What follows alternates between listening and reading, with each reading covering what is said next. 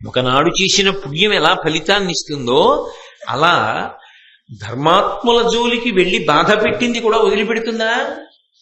అది దాని ఫలితాన్ని అది ఇస్తుంది. అప్పుడు ఆపగలిగిన వాడు ఉండడు, అప్పుడు బాధపడతావు. బాధపడిన తరువాత కాపాడగలిగిన వాడు ఎవరుంటాడు? ఈ నమ్మకం ఉంటే అసలు పాండవుల జోలికే వెళ్ళకూడదు. ఆ జోలికే వెళ్ళకూడదన్న విషయం ఇప్పుడేమిటి, అప్పుడే లేదు, మొట్టమొదటి నుంచి వాళ్ళ మీద పగే. కాబట్టి ఇది చిట్ట చివర ఎప్పుడో చూపిస్తుంది. పడినవాడు తక్కువవాడు కాడు. ఏదో భీముణ్ణి నీళ్లలో తోయించేశాం, విషాన్నం పెట్టించేశాం, లక్క ఇంట్లో పెట్టి కాల్చేశామంటే అది చెప్పుకోవడానికి బాగుంటుందేమో. ఏం చేసింది పాండవుల్ని? వాళ్ళు సంతోషంగా ఉన్నారా లేదా? వాళ్ళు రక్షణ పొందాలా లేదా? బంతిని ఎంత గట్టిగా నేలకేసి కొడితే అంత ఎత్తుగా పైకి లేస్తుంది. ధర్మాన్ని పట్టుకున్నవాడంతే. ఎంత కష్టపెడదామని ప్రయత్నిస్తే అంత సమున్నతమైనటువంటి స్థానాన్ని చేరుకున్నాడు. కాబట్టి ఇది తెలిసి కూడా ఇంకా ప్రమాదం జోలికెడుతున్నారు. తెలియక వెళ్ళాడు అనుకోండి, కొంతవరకు దోషం లేదని చెప్పచ్చు. ఆయనకి దాని గురించి అవగాహన లేదండి, పొరపాటు పడ్డాడు, భగవంతుడు కూడా క్షమిస్తాడు. కానీ తెలిసి ఉండి ఎవరు వెళ్ళమన్నారు అంటే, శకుని చెప్తున్న మాటలను బట్టి పాండవులు ఎంతటి ఉన్నతులో తెలిసి వాళ్ళ జోలికి వెళ్ళడం ఉందే, ఇది ప్రమాదహేతు. పాలిత విక్రమోన్నతులు పండుతనూజులు వారికి అప్రియం బెలయునొర్తుమేమధిప. ఎవరు ఈ చెప్తున్నది? శకుని. ఈ శకునే మాయాద్యూతంలో వాళ్ళ రాజ్యాన్నంతటినీ అపహరించి అరణ్యముల పాలు చేశాడు. ఆ శకుని అంటున్నాడు, వారికి అప్రియం బెలయునొర్తుమేమధిప. ఓ మహారాజా, అంతటి మంచి వాళ్ళకి, అంతటి ధర్మాత్ములకు మేము అపకారం చేస్తామా? నమ్మచ్చా? ఎవడు చేశాడో వాడు చెప్తున్నాడు ఈ మాటలు. అంటే అసలు ఆ నాలుకకి నిబద్ధత ఏం లేదు, అది ఏదైనా మాట్లాడుతుంది. అంత వంచన స్వభావం కలిగినటువంటి వాళ్ళు. ఇప్పుడు ఇటువంటి వాడు ఏ మాటకి కట్టుబడతాడు? దేనికి కట్టుబడడు. తన మనసులో ఉన్నటువంటి కుట్రని అమలు చేసే ప్రయత్నం చేస్తాడు. అప్పటికి తాను గెలుస్తున్నట్లు కనపడుతోంది. దుర్యోధనుణ్ణి కూడా వంచి పాండవుల జోలికి వెళ్లి అవమానించడానికి వెడుతున్నట్టు సంతోషాన్ని పొందుతున్నారు. కానీ దాని దుష్ఫలితం అది ఇచ్చి తీరుతుంది కదూ. ఈ మాటల ఫలితం ఒత్తినే పోతుందా? అసలు ద్వైతవనం కన్నా కూడా గోవుల యొక్క రక్షణకు ఉపయోగపడగలిగినటువంటి వనం లోకంలో ఇంకొకటి ఉండదు. అంత క్షేమకరమైన వనంగా గోవులకు ప్రసిద్ధికెక్కింది. అంటే గోవులు అన్ని తిరుగుతుంటాయి, దాన్ని గోష్ఠము అంటారు. ఆవులు తిరిగినటువంటి ప్రదేశం తనంత తానుగా పరమ పవిత్రం. అందుకే ఒకప్పుడు గాంధీ గారు చంద్రశేఖరేంద్ర సరస్వతి మహాస్వామి వారు కలుసుకోవలసి వస్తే వాళ్ళిద్దరూ గోశాలలో కలుసుకున్నారు. గోశాల అంత పరమ పవిత్రమైన ప్రదేశం, గోవులు తిరిగిన ప్రదేశం అంత పరమ పవిత్రమైన ప్రదేశం. కాబట్టి ఒకప్పుడు గోవులకు ఇబ్బంది లేదు ద్వైతవనంలో. అంటే క్రూర మృగ సంచారము లేదు, కాబట్టి ఆవులు క్షేమంగా ఉండేవి. కానీ ఈ మధ్య కాలంలో క్రూర మృగాలు ఎక్కువైపోయాయి, గోవులకు ఇబ్బంది కలుగుతోంది. అంటే అవి గోవులను హింసిస్తాయి. కాబట్టి మహారాజా, మీరు జోక్యం చేసుకుని తగిన విధంగా ఆ గోవుల యొక్క రక్షణకు ప్రయత్నం చెయ్యవలసింది అని చెప్పాడు. నిజంగా అక్కడ గోవులకు వచ్చిన ఇబ్బంది ఏదైనా ఉంటే ధర్మరాజాదులు ఉన్నారు, వాళ్ళు ఊరుకుంటారా? గో సంరక్షణం కన్నా గొప్పదిగా వాళ్ళు ఇంకేదైనా స్వీకరిస్తారా? గోవులను క్రూర మృగాలు చంపేస్తుంటే పాండవులు విల్లిక్కు పెట్టి ఆ క్రూర మృగాలన్నింటినీ సంహరించరు. అది పొంతన కలిగే విషయమే. అంటే పాండవులు చెయ్యట్లేదు, వీళ్ళు చేస్తారు. కాబట్టి మీరు దుర్యోధనుణ్ణి పంపండి అనగలిగిన సాహసం ఆ గో సంరక్షకుడు చెయ్యలేడుగా. అందును అక్కడ వరకు చెప్పి ఊరుకున్నాడు. అంటే వాళ్ళు అలా శిక్షణ ఇచ్చారు. ఇప్పుడు ఈ మాట అనగానే శకుని అన్నాడు, మేమందరం కలిసి ఆ అరణ్యానికి వెడతాం, వెళ్ళి గోవులకు వచ్చినటువంటి ఇబ్బంది పోగొడతాం. పోగొట్టి అవన్నీ కూడా సంతోషంగా ఉండేటట్టుగా ఏర్పాటు చేసి తిరిగి వస్తాం. కాబట్టి మహారాజా మమ్మల్ని అనుమతించవలసింది అనగానే ధృతరాష్ట్రుడు అన్నాడు, నేను ఒక్కనాటికి అంగీకరించాను. ఎందుకు అంగీకరించను అంటే మొదటి కారణం అక్కడ భీముడు ఉన్నాడు. భీముడికి దుర్యోధనుడికి ఒక్క క్షణం పడదు. దుర్యోధనుణ్ణి చూడగానే భీముడికి పాత విషయాలన్నీ జ్ఞాపకానికి వస్తాయి. ముక్కలు ముక్కలుగా నరికేస్తాడు. అర్జునుడి యొక్క విలువిద్యా పాండిత్యము అసామాన్యమైనది. ఆయన ఏ తపస్సు చెయ్యనప్పుడే సమస్తమైనటువంటి రాజ్యములను గెలిచినటువంటి వాడు. పైగా ఇప్పుడు పరమశివుణ్ణి ఉద్దేశించి గొప్ప తపస్సు చేసి పాశుపతాస్త్రాన్ని దేవతల యొక్క అనుగ్రహంగా గొప్ప గొప్ప అస్త్ర సంపదను పొంది ఉన్నాడు. అటువంటి అర్జునుడి కంట మీరు పడ్డం నాకు ఇష్టం లేదు. పైగా వెళ్ళిన తరువాత మీరు సరిగా ఉంటారన్న విషయంలో కూడా నాకు పరిపూర్ణమైన విశ్వాసం లేదు. పాండవులున్న చోటికి ససేమిరా మిమ్మల్ని నేను పంపను, మీరు వెళ్ళక్కర్లేదు. గో సంరక్షణ చెయ్యడానికి రాజ్యంలో దానికి తగిన వాళ్ళు ఉన్నారు, వాళ్ళు వెళతారు. వాళ్ళు వెళ్ళి వాళ్ళు క్రూర మృగాల్ని వేటాడి గో సంరక్షణ చేసి వస్తారు. కాబట్టి మీరు వెళ్ళడానికి వీల్లేదు అంటే శకుని మాట్లాడాడు ధృతరాష్ట్రుడితో. ఎవరేం మాట్లాడాలి, ధృతరాష్ట్రుడు ఏమంటాడు, ఎందుకు ఒప్పుకోడు, ఇవన్నీ ముందే ఆలోచన చేసి ఉన్నారుగా. కాబట్టి ధృతరాష్ట్రుడు అన్నాడు, పాలిత విక్రమోన్నతులు పాండుతనూజులు వారికి అప్రియం బేలయునర్తుమేమధిప గేమటు చేసితిమేనియున్ ప్రతిజ్ఞాలపితుండు ధర్మజుడు సత్యము తప్పునే తమ్ములేల తచ్చీలమతిక్రమింతురు ఇది సిద్ధము నమ్ముము నెమ్మనంబునన్. ఓ ధృతరాష్ట్ర మహారాజా, నేను చెప్పినటువంటి విషయాల్ని నువ్వు ఒక్కసారి పరిశీలించు. పాలిత విక్రమోన్నతులు పాండుతనూజులు, క్రమశిక్షణ కలిగినటువంటి పరాక్రమము కలిగినటువంటి వాళ్ళు పాండవుల యొక్క కుమారులు. వాళ్ళు ఎప్పుడు పడితే ఎప్పుడు, ఎక్కడ పడితే అక్కడ వీడెప్పుడో మనకేదో అపకారం చేశాడని గుర్తుపెట్టుకొని వెంటనే శత్రుత్వాన్ని మనసులో పెంచుకుని అవతల వారి మీద బాణాలు వేయడమో, అవతల వారిని చంపడమో, అవతల వారిని ఇబ్బంది పెట్టడమో చేసేటటువంటి వాళ్ళు కారు. వాళ్ళు క్రమశిక్షణతో కూడి ఉంటారు. కాబట్టి వాళ్ళు ఎంత అస్త్ర సంపద కలిగిన వాళ్ళైనా వాళ్ళెవరి జోలికి రారు. వాళ్ళు రావాలి అంటే పాతపగ ఒక్కటే కారణం కాకూడదు.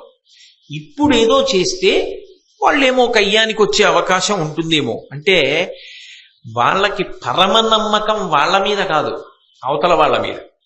ఇంతకన్నా బలహీనత వ్యక్తిత్వంలో ఇంకొకటి ఉండదు. ముందు తన మీద తనకి నమ్మకం ఉండాలి.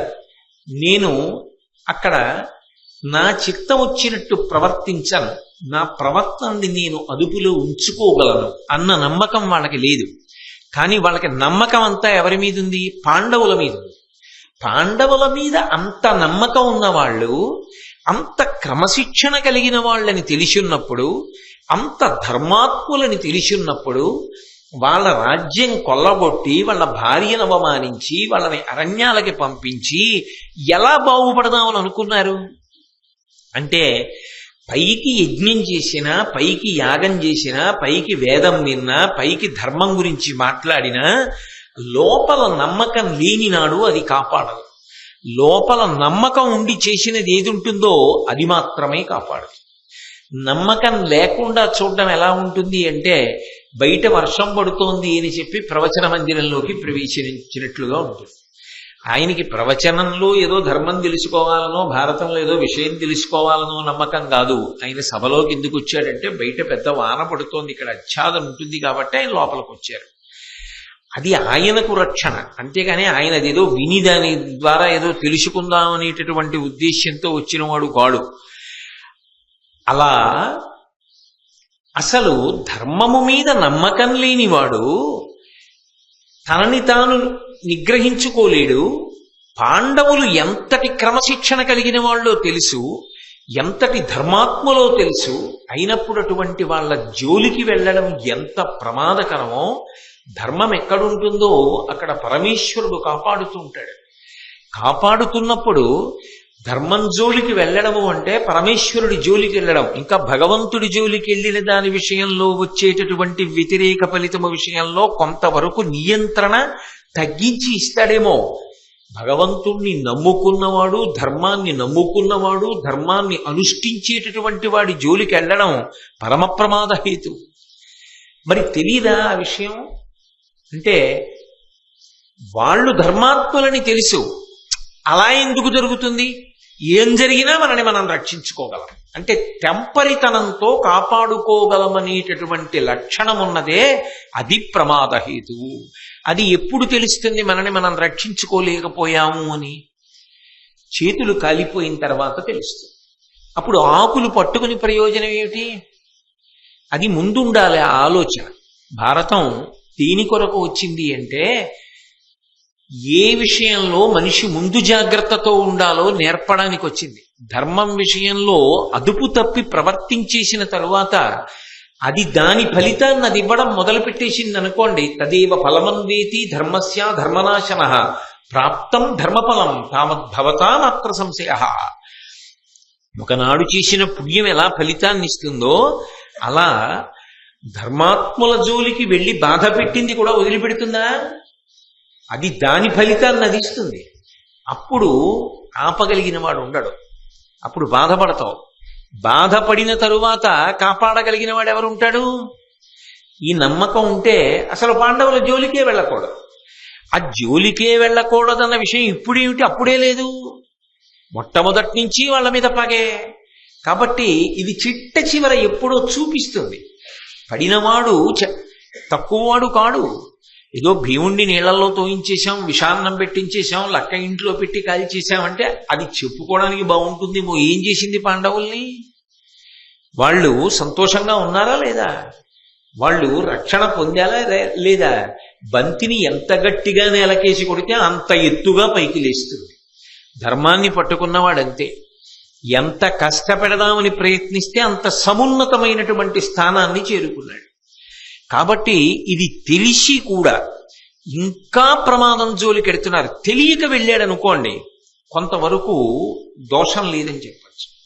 ఆయనకి దాని గురించి అవగాహన లేదండి, పొరపాటు పడ్డాడు, భగవంతుడు కూడా క్షమిస్తాడు. కానీ తెలిసి ఉండి ఎవరు వెళ్ళమన్నారు అంటే, శకుని చెప్తున్న మాటలను బట్టి పాండవులు ఎంతటి ఉన్నతులో తెలుసు, తెలిసి వాళ్ళ జోలికి వెళ్ళడం ఉందే, ఇది ప్రమాదహేతు. పాలిత విక్రమోన్నతులు పండుతనూజులు వారికి అప్రియం బెలయునొర్తుమేమధిప. ఎవరు ఈ చెప్తున్నది? శకుని. ఈ శకునే మాయాద్యూతంలో వాళ్ళ రాజ్యాన్నంతటినీ అపహరించి అరణ్యముల పాలు చేశాడు. ఆ శకుని అంటున్నాడు, వారికి అప్రియం బెలయునొర్తుమేమధిప. ఓ మహారాజా, అంతటి మంచి వాళ్ళకి, అంతటి ధర్మాత్ములకు మేము అపకారం చేస్తామా? నమ్మచ్చా? ఎవడు చేశాడో వాడు చెప్తున్నాడు ఈ మాటలు. అంటే అసలు ఆ నాలుకకి నిబద్ధత ఏం లేదు, అది ఏదైనా మాట్లాడుతుంది. అంత వంచన స్వభావం కలిగినటువంటి వాళ్ళు. ఇప్పుడు ఇటువంటి వాడు ఏ మాటకి కట్టుబడతాడు? దేనికి కట్టుబడడు. తన మనసులో ఉన్నటువంటి కుట్రని అమలు చేసే ప్రయత్నం చేస్తాడు. అప్పటికి తాను గెలుస్తున్నట్లు కనపడుతోంది. దుర్యోధనుణ్ణి కూడా వంచి పాండవుల జోలికి వెళ్ళి అవమానించడానికి వెడుతున్నట్టు సంతోషాన్ని పొందుతున్నారు. కానీ దాని దుష్ఫలితం అది ఇచ్చి తీరుతుంది కదూ. ఈ మాటల ఫలితం ఉత్తినే పోతుందా? దీని ఫలితం ఇది ఇస్తుంది. ఇచ్చిన నాడు అనుభవంలోకి వస్తుంది. కాబట్టి ఏమటు చేసి తిమేనియున్, ఇంతకన్నా దారుణమైన మాట ఇంకోటి ఉండదు. మేము అసలు వాళ్ళ జోలికి ఎందుకు ఎడతాము మహారాజా? ఒకవేళ వెళ్ళామనుకో, మళ్ళీ ఆ మాట ఎందుకు? ఏమటు చేసి తీయనియం, ఒకవేళ మేము వాళ్ళ జోలికి వెళ్ళి ఏదో బాధ పెట్టామనుకో, అయినా వాళ్ళేం మమ్మల్ని తిరగబడి ఏం చేయరు. అంటే బలహీనుల, చేతకాని వాళ్ళ కాదు. ఎందుకు చేయరో తెలుసా ధృతరాష్ట్ర మహారాజా? ప్రతిజ్ఞాలపితుండు ధర్మజుడు సత్యము తప్పునే. అవతల వాడి ధర్మం వీడి పరాచికానికి కారణమైంది. ధర్మరాజు గారు సత్యం తప్పడం, ధర్మం తప్పడం. ధర్మరాజు గారు సభలో ఒప్పుకున్నాడు, 12 ఏళ్ళు అరణ్యవాసం, 1 సంవత్సరం అజ్ఞాతవాసం చేస్తామన్నాడు. అరణ్యవాసం అజ్ఞాతవాసం చేస్తామని ఒప్పుకున్నవాడు ఈ లోపల రాజ్యం పొందడానికి ప్రయత్నించాడు. ఆయన ప్రయత్నం చెయ్యాలంటే 13 ఏళ్ళు అయిపోయి 14వ సంవత్సరం రావాలి. వస్తే యుద్ధానికి వస్తాడు, అప్పటి వరకు రాడు. నీకేం అనుమానం అక్కర్లేదు ధృతరాష్ట్ర మహారాజా, మేమేం చేసినా రాడు యుద్ధానికి, మమ్మల్ని ఏం చేయడు. ఎందుకో తెలుసా? అప్పటి వరకు తాను రాజ్యమును పొందడానికి ఒప్పుకోడు. తాను ఏ మాట సభాముఖంగా అన్నాడో ఆ మాటే నిలబెట్టుకుంటాడు. ముందు సత్యమునకు కట్టుబడతాడు. అంటే శకునికి కాదు, ధృతరాష్ట్రుడికి కాదు, దుర్యోధనుడికి కాదు, కర్ణుడికి కాదు, దుశ్శాసనుడికి కాదు, వీళ్ళందరికీ పాండవుల యొక్క సత్యధర్మముల గురించి తెలుసా తెలీదా అంటే స్పష్టంగా తెలుసు. ఇన్ని తెలిసి ఉండి దేనికి ఎడుతున్నారు వాళ్ళ దగ్గరికి? వాళ్ళని అవమానించడానికి. ఇప్పుడు పాండవులనా అవమానిస్తున్నది సత్యధర్మములనా? సత్యధర్మములను. మరి వాటి జోలికి వెళ్ళినప్పుడు ఎవరు జోక్యం చేసుకుంటాడు? భగవంతుడు జోక్యం చేసుకుంటాడు. భగవంతుడు జోక్యం చేసుకున్న తరువాత వీళ్ళ కాపట్యం నిలబడుతుందా రక్షించుకోవడానికి? అప్పుడు వీళ్ళ ప్రజ్ఞ చాలదు. ఎంత టక్కరితనంతో మాట్లాడుతున్నాడో చూడండి. ప్రతిజ్ఞాలపితుండు ధర్మదుడు సత్యము తప్పునే తమ్ములేల తచ్చీలమతిక్రమింతురు. ధర్మరాజు గారు అక్కడ కూర్చుని ఉండగా ధర్మరాజు గారే మా జోలికి రాంది భీమార్జునుడు నకుల సహదేవులు వస్తారా?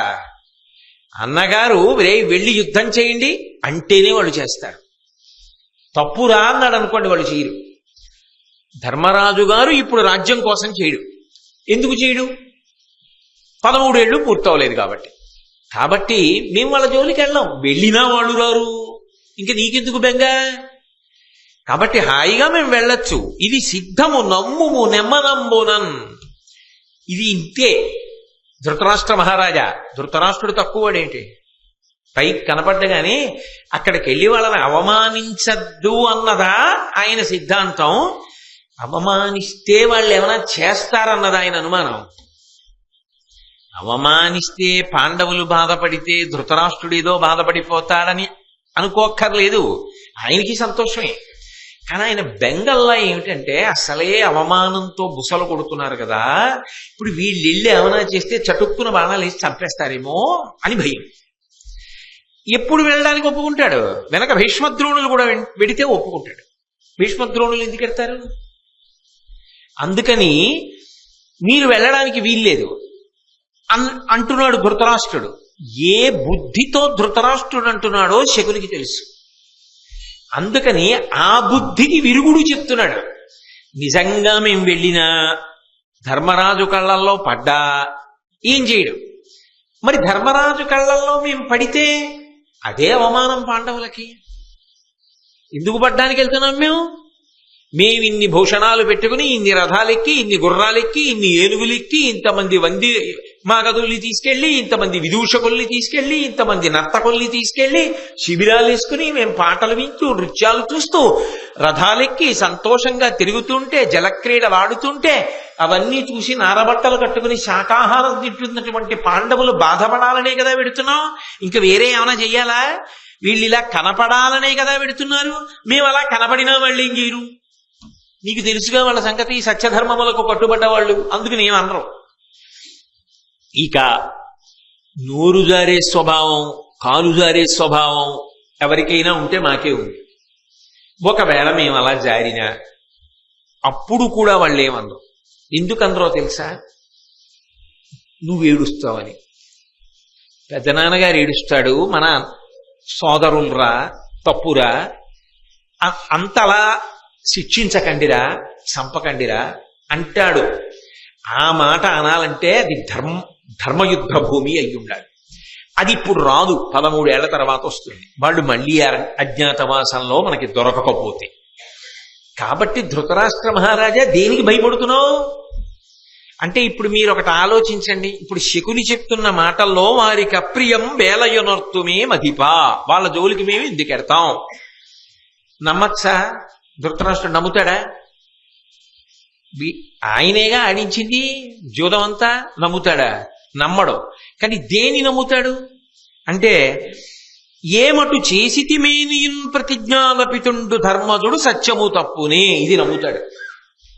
మేము తప్పు చేసినా కూడా ధర్మరాజు గారు మమ్మల్ని ఏమీ చెయ్యడు. ఎందుకు చెయ్యడంటే చేతకాక కాదు, చేతనైన వాడే. నిజంగా చెయ్యాలంటే చేసేయగలడం, కానీ సత్యధర్మములకు కట్టుబడి ఉంటాడు, అందుకు చెయ్యడు. అంటే అవతల వాడి సత్యధర్మములు వీడికి బలహీనంగా కనబడ్డాయి.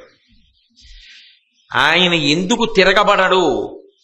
నిజంగా అర్జునుడో నిజంగా భీముడో తిరగబడితే మనం నిలబడమన్న విషయం వీళ్ళకి తెలుసు శకునికి. కానీ ఎందుకు తిరగబడడు? సత్యధర్మముల వలన తిరగబడడు. అంటే అవతలవాడి సత్యధర్మములు ఈయనకి లోకువుగా కనబడ్డాయి. అలా కనపడితే ఎవరు జోక్యం చేసుకోవాలి? భగవంతుడు జోక్యం చేసుకుంటాడు.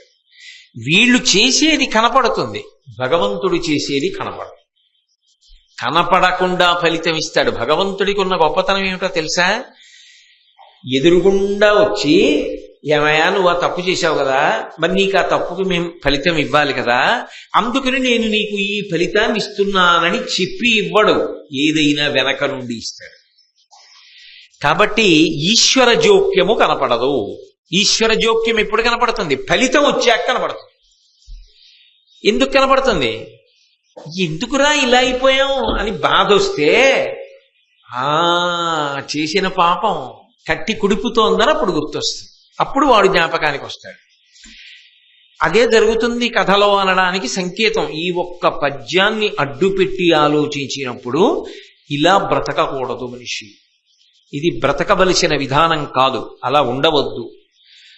ఇంత పవిత్రమైన వస్తువులను అడ్డు పెట్టుకుని స్వార్థాన్ని నిలుపుకునేటటువంటి ప్రయత్నం కానీ, లేదా అవతల వారి సత్యధర్మములు చేతకానితనముగా భావించి అవమానించే ప్రయత్నములు కానీ చేయకూడదు అన్నది ఈ పద్యం యొక్క సారాంశం. ఇన్ని విని ధృతరాష్ట్రుడు అన్నాడు, అలా అంటావా? కాబట్టి మిమ్మల్ని పంపించచ్చు అంటావా? కొద్దిగా మెత్తపడి ఆలోచిస్తున్నట్లుగా శకునికి కనపడింది. ఇప్పుడు వాళ్ళేం చెయ్యరన్న విషయంలో నమ్మకం వచ్చిందిగా. ఇప్పుడు రెండో మాట చెప్తున్నాడు. రెండో మాట ఏమిటి? తన కొడుక్కి ఏది సంతోషకరమో అది కాదండ. పాండవులు ఏం చేయరు తెలిసిపోయింది. ఇప్పుడు తన కొడుక్కి సంతోషకరమైన విషయం ఏమిటి అంటే, ఆ సమంగుడు అన్న ఆయనతో చెప్పించారుగా, వేటాడడం. వేటాడడం విషయంలో ఇంకా తమకంతో ఎలా వేటాడతాడు అంటే, స్వభావంలో ఉన్నటువంటి లక్షణమే కాదు ఈ దుర్యోధనుడికి. కాబట్టి మాకును చిత్తంబుల మృగయా కౌతికమతిశయిల్లినది గోగన రక్షాకరణము కార్యంబటే ఏ కీడును ఎల పొందు ఇందు మహీషా. ఓ ధృతరాష్ట్ర మహారాజా, నువ్వు బాగా ఆలోచించు. మాకును చిత్తంబుల మృగయా కౌతుకమతిశయిల్లినది. నాకు, దుర్యోధనుడికి, కర్ణుడికి, దుశ్శాసనుడికి, మా అందరికీ కూడా అరణ్యానికి వెళ్ళి వేటాడాలనేటటువంటి కోరిక బలంగా మనసులో ఉంది. నువ్వు అనుమతిస్తే కదా నీ కొడుక్కి మిగిలిన వాళ్ళకి ఉన్న సరదా తీరుతుంది. పిల్లల సరదా కట్టుపడతాయేంటి? అమ్మో ఇంకేమైనా ఉందా? ఊరుకుంటాడా ధృతరాష్ట్రుడు? దుర్యోధనుడికి అడ్డొచ్చి ఆయన సంతోషం అన్నది కాదన్నమే. అలా అనకేగా పాడు చేసుకున్నాడు పిల్లల్ని. కాబట్టి గోగణ రక్షాకరణము కార్యం బటే. మేము వెడుతున్నది దేనికి? ఆవుల్ని రక్షించడానికి. అదే నిజంగా వెడుతున్నది. మేము ఆవుల్ని రక్షించడానికి బయలుదేరితే ఏకీడును ఎలా పొందు నిందు మహీషా. వెడుతున్నది పరమ పవిత్రమైన కార్యం. కొన్ని కార్యక్రమాలు చెయ్యక్కర్లేదు. ఆ కార్యక్రమాల మీద బయలుదేరితే చాలు, సంకల్పం ఉంటే చాలు. గో సంరక్షణం అనేటటువంటిది అంత పరమ పవిత్ర కార్యంగా భారతం చెప్తోంది. గోవుల్ని రక్షించడం, గోశాల కాపాడడం, గోవులను ఇబ్బంది లేని స్థితిలో నిలబెట్టడం, అలా చెయ్యాలన్న ఆలోచన మనసులో కలిగి ఉండడం, ఇవన్నీ తన వరకు సరిపోయే పుణ్యాలు కావు, తన వంశాన్ని కూడా కాపాడగలిగిన పుణ్యాలు. అంత గొప్ప పుణ్యకార్యం మేము సంకల్పం చేసి వెడుతుంటే మాకెందుకు కీడు కలుగుతుందయా? నిజమే, నువ్వు అందుకే వెడితే కీడు కలగదు, అందుకు వెడుతున్నాడా? అది సాకుగా వెడుతున్నాడు. అపవిత్ర కార్యానికి పవిత్ర కార్యాన్ని సాకుగా చూపించి వెడుతున్నప్పుడు మరింత ప్రమాదం ఏర్పడుతుందా ఏర్పడదా? తప్పు పని చేయడానికి వెడుతూ మంచి పనిలా ఆవులను అడ్డు పెట్టి చెప్పి వెడుతుంటే అది మంచి ఫలితాన్ని ఎలా ఇస్తుంది అసలు? కాబట్టి ఈ పద్యాన్నే తిప్పి ఆలోచించండి. వ్యతిరేక ఫలితం వస్తుందన్న విషయాన్ని శకుని అంగీకరిస్తున్నాడు.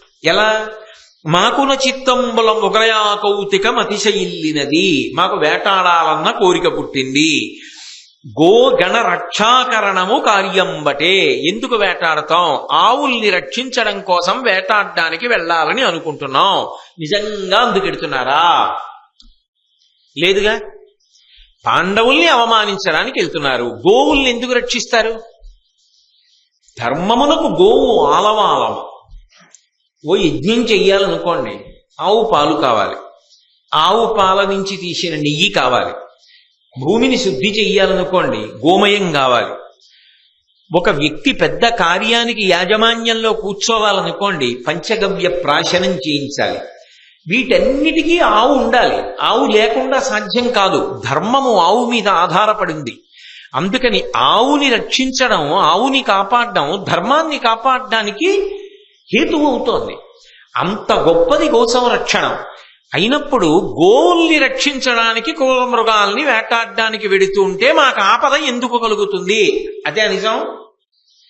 గోవులు ధర్మమును కాపాడడంలో ప్రధానం కాబట్టి గో సంరక్షణము ఉత్తమ ఫలితాలను ఇస్తోంది. గోవులతో తుల్యమైన వాడు ధర్మరాజు గారు. రాశీభూతమైన ధర్మం అవతల. ధర్మరాజు గారిని అవమానించడానికి వెడుతూ గోవుల్ని నెపంగా పెట్టుకుని వెడుతున్నప్పుడు మాకు ఉత్తమ ఫలితములు వస్తాయా అన్నది కూడా పద్యంలోనే అంతర్లీనమా కాదా? ఎలా వస్తాయి? మరి నోటి మాట చెప్పేటప్పుడు లోపల నమ్మకం లేకపోతే ఎలా? ఆ లోపల నమ్మకం లేనితనం అంటే రుజుత్వం లేదు. పెద్ద పెద్ద విషయాల్ని స్వార్థ ప్రయోజనానికి వాడుకుంటున్నాడు. ఇది ప్రమాదకరము, గర్హనీయము అయిందా లేదా? అయింది. కాబట్టి ధృతరాష్ట్రుడు అన్నాడు, అప్పటికి ఆయనకి ఇందులో ప్రమాదం లేదు అని అనిపించింది. ఆయన ఏం లెక్క కట్టుకున్నాడంటే, వీళ్ళు వెళ్ళిన తర్వాత వీళ్ళు ఊరికే ఉంటారా? పాండవుల కళ్ళల్లో పడతారు. పడినా ఒకటి మాత్రం నిజం, శకుని చెప్పింది నిజం. వాళ్ళు తొందరపడి యుద్ధానికి రారు, వీళ్ళని చీరు. కాబట్టి పర్వాలేదు. పాండవులు మాత్రం మనసులో బాధపడితే నాకు ఆనందమే. అందుకని అన్నాడు, సరే వెళ్ళిరండి, తొందరగా వెళ్ళి తొందరగా వచ్చి ఎక్కువ రోజులు అక్కడ ఉండదు అని అనుమతినిచ్చాడు. అనుమతి అంటూ వచ్చింది కదా, చాలు. ఇంకా వాళ్ళ కార్యం వాళ్ళు జరిపేస్తారు. కాబట్టి హస్తినాపురం అంతా చాటింపు వేశారు. మేమందరం ఘోషయాత్రకు ఎడుతున్నాం, వచ్చేవాళ్ళు ఎవరైనా ఉంటే రండి అన్నారు. ఆ కౌరవులందరూ కూడా మంచి మంచి బట్టలు కట్టుకున్నారు. ఆ రాణులందరూ కూడా మంచి మంచి బట్టలు కట్టుకున్నారు. ఉత్తమమైనటువంటి భూషణాలన్నీ అలంకారం చేసుకున్నారు. మైపూతలు పూసుకున్నారు ఒంటికి. మంచి మంచి వాహనాలన్నీ ఎక్కారు. బోరెడంత మంది పరివారం వెంట బయలుదేరారు. 8,000 రథాలలో బయలుదేరారు. 30,000 ఏనుగులు వెంట నడుస్తున్నాయి. 90,000 ఉత్తమ జాతి గుర్రములు నడుస్తున్నాయి. 1,00,000 మంది భటుల్ని తీసుకెళ్లారు. ఆవుల్ని కాపాడడానికి ఇవన్నీ ఎందుకు అంటే, వీళ్ళ డాబు పాండవులు చూసి బాధపడాలందుకు. 1,00,000 మంది భటులు వేటాడేటప్పుడు ఉపకారం చెయ్యగలిగినటువంటి మంచి ప్రజ్ఞ కలిగినటువంటి వేటగాండ్రు. దానితో పాటుగా వైతాళికులు, వందులు, విదూషకులు. ఎందుకు అంటే, పాండవులు ఎక్కడుంటారో అక్కడికి దగ్గరలో వీళ్ళు శిబిరాలు ఏర్పాటు చేసుకుంటారు. ఈ వందిమాగదులు పొగుడుతూ ఉంటారు, దుర్యోధనాలు అంతవాడివి, ఇంతవాడివి, ఇంద్రుడివి, చంద్రుడివి, ఉపేంద్రుడివి, భూమండలానికి సార్వభౌముడవు, నీలాంటి వాడు ఎక్కడున్నాడు అని. అవి ఎంత గుచ్చుకుంటాయి భీముడికి, ఎంత గుచ్చుకుంటాయి అర్జునుడికి. ఈ రాణుల యొక్క పటాటోపం చూసి ద్రౌపదీదేవి మనసు ఎంత కుందుతుంది. అది కావాలి. దానికి అనుగుణంగా ఏర్పాటు చేసుకుని ఇంతమందితో బయలుదేరారు. అందులో నటులు, విదూషకులు నవ్విస్తూ ఉంటారు. విదూషకులు నవ్విస్తుంటే ఏడుస్తున్న వాడికి ఎంత బాధగా ఉంటుంది. మనం కూడా ఇది అనుభవించవలసిన వాళ్ళం, ఇవాళ ఏ స్థితిలో ఉన్నాం అని బాధపడ్డా. అందుకని విదూషకుల్ని తీసుకెళ్లారు.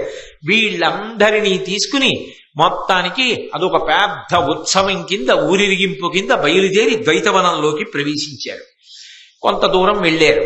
వెళ్ళిన తరువాత శిబిరములు వేశారు. అందులో అందరూ విడిది చేశారు. ఆ గోవులని సంరక్షించేటటువంటి వాళ్ళని పిలిచారు.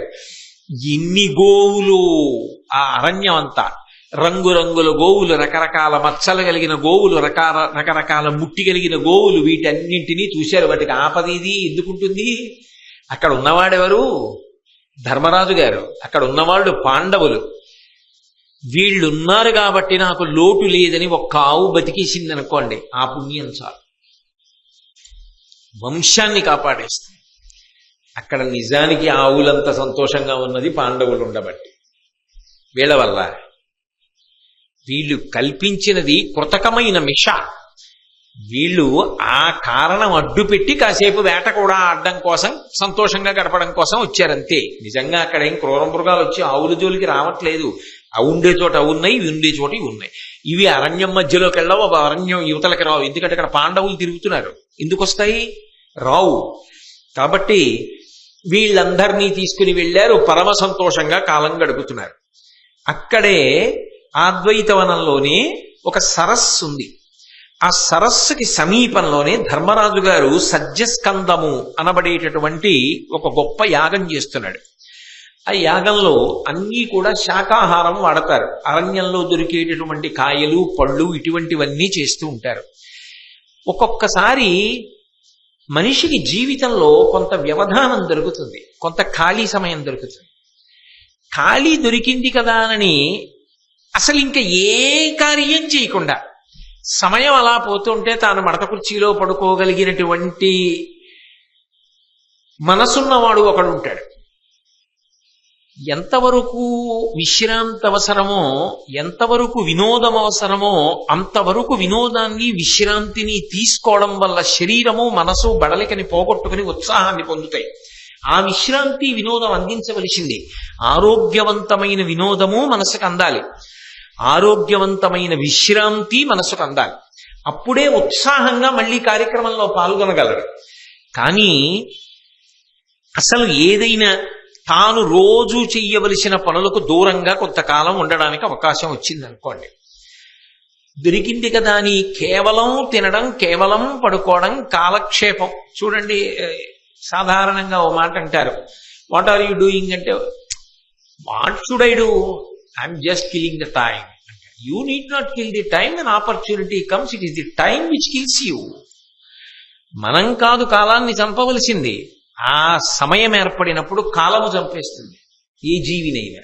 కాలములో పడిపోతాయి ప్రాణులన్నీ. అంతేగాని కాలాన్ని చంపవలసిన అవసరం, చంపగలిగిన ప్రజ్ఞ ఎవరికీ ఉండదు. ఏ సమయమునందైనా కాలాన్ని సద్వినియోగం చేసుకోగలిగిన వాడెవరు ఉంటాడో వాడు ధన్యుడు.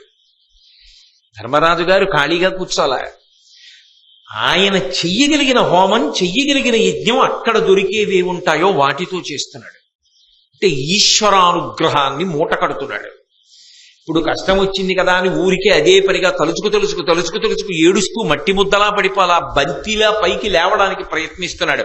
అది మనిషి పొందవలసింది. కష్ట సుఖములు రాకుండా ఎవ్వరి జీవితం ఉండదు.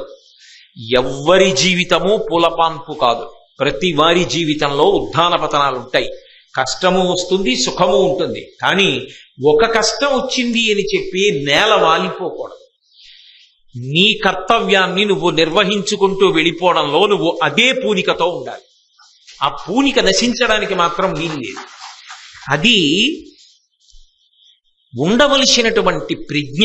ఆ ప్రజ్ఞ కొరవడిపోయిందనుకోండి మనిషిలో, భూమి మీద పడిపోతాడు. అందుకే ధర్మరాజు గారు ఊంచుకున్నాడు. ఆయన ధర్మము ఆయన ఊంచుకోవడానికి కారణమైంది. ఏ ఈశ్వరుడు నాకు కష్టాలిచ్చాడన్న భావనతో ఆయన కుందవచ్చో ఆ భావనే పక్కన పెట్టి ఈశ్వరానుగ్రహాన్నే మూట కడుతున్నాడు. అందుకని యాగం చేస్తున్నాడు.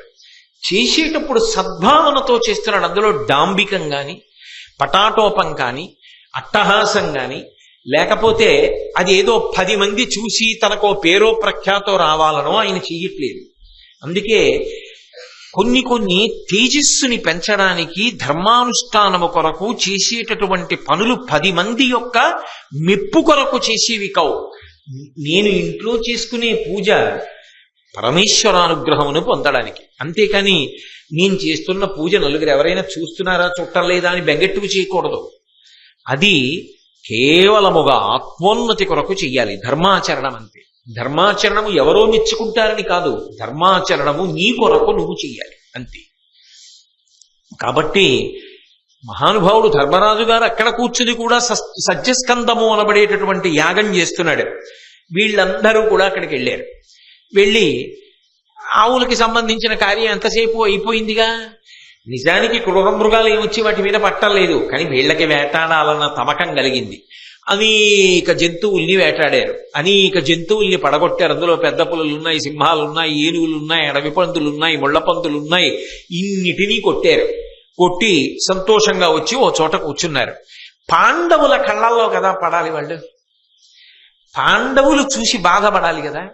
వాళ్ళు ఏం చేస్తున్నారు, ఆ ద్వైతవనంలోనే ఒక సరస్సు ఒడ్డున కూర్చుని ధర్మరాజు గారు యాగం చేసుకుంటున్నాడు.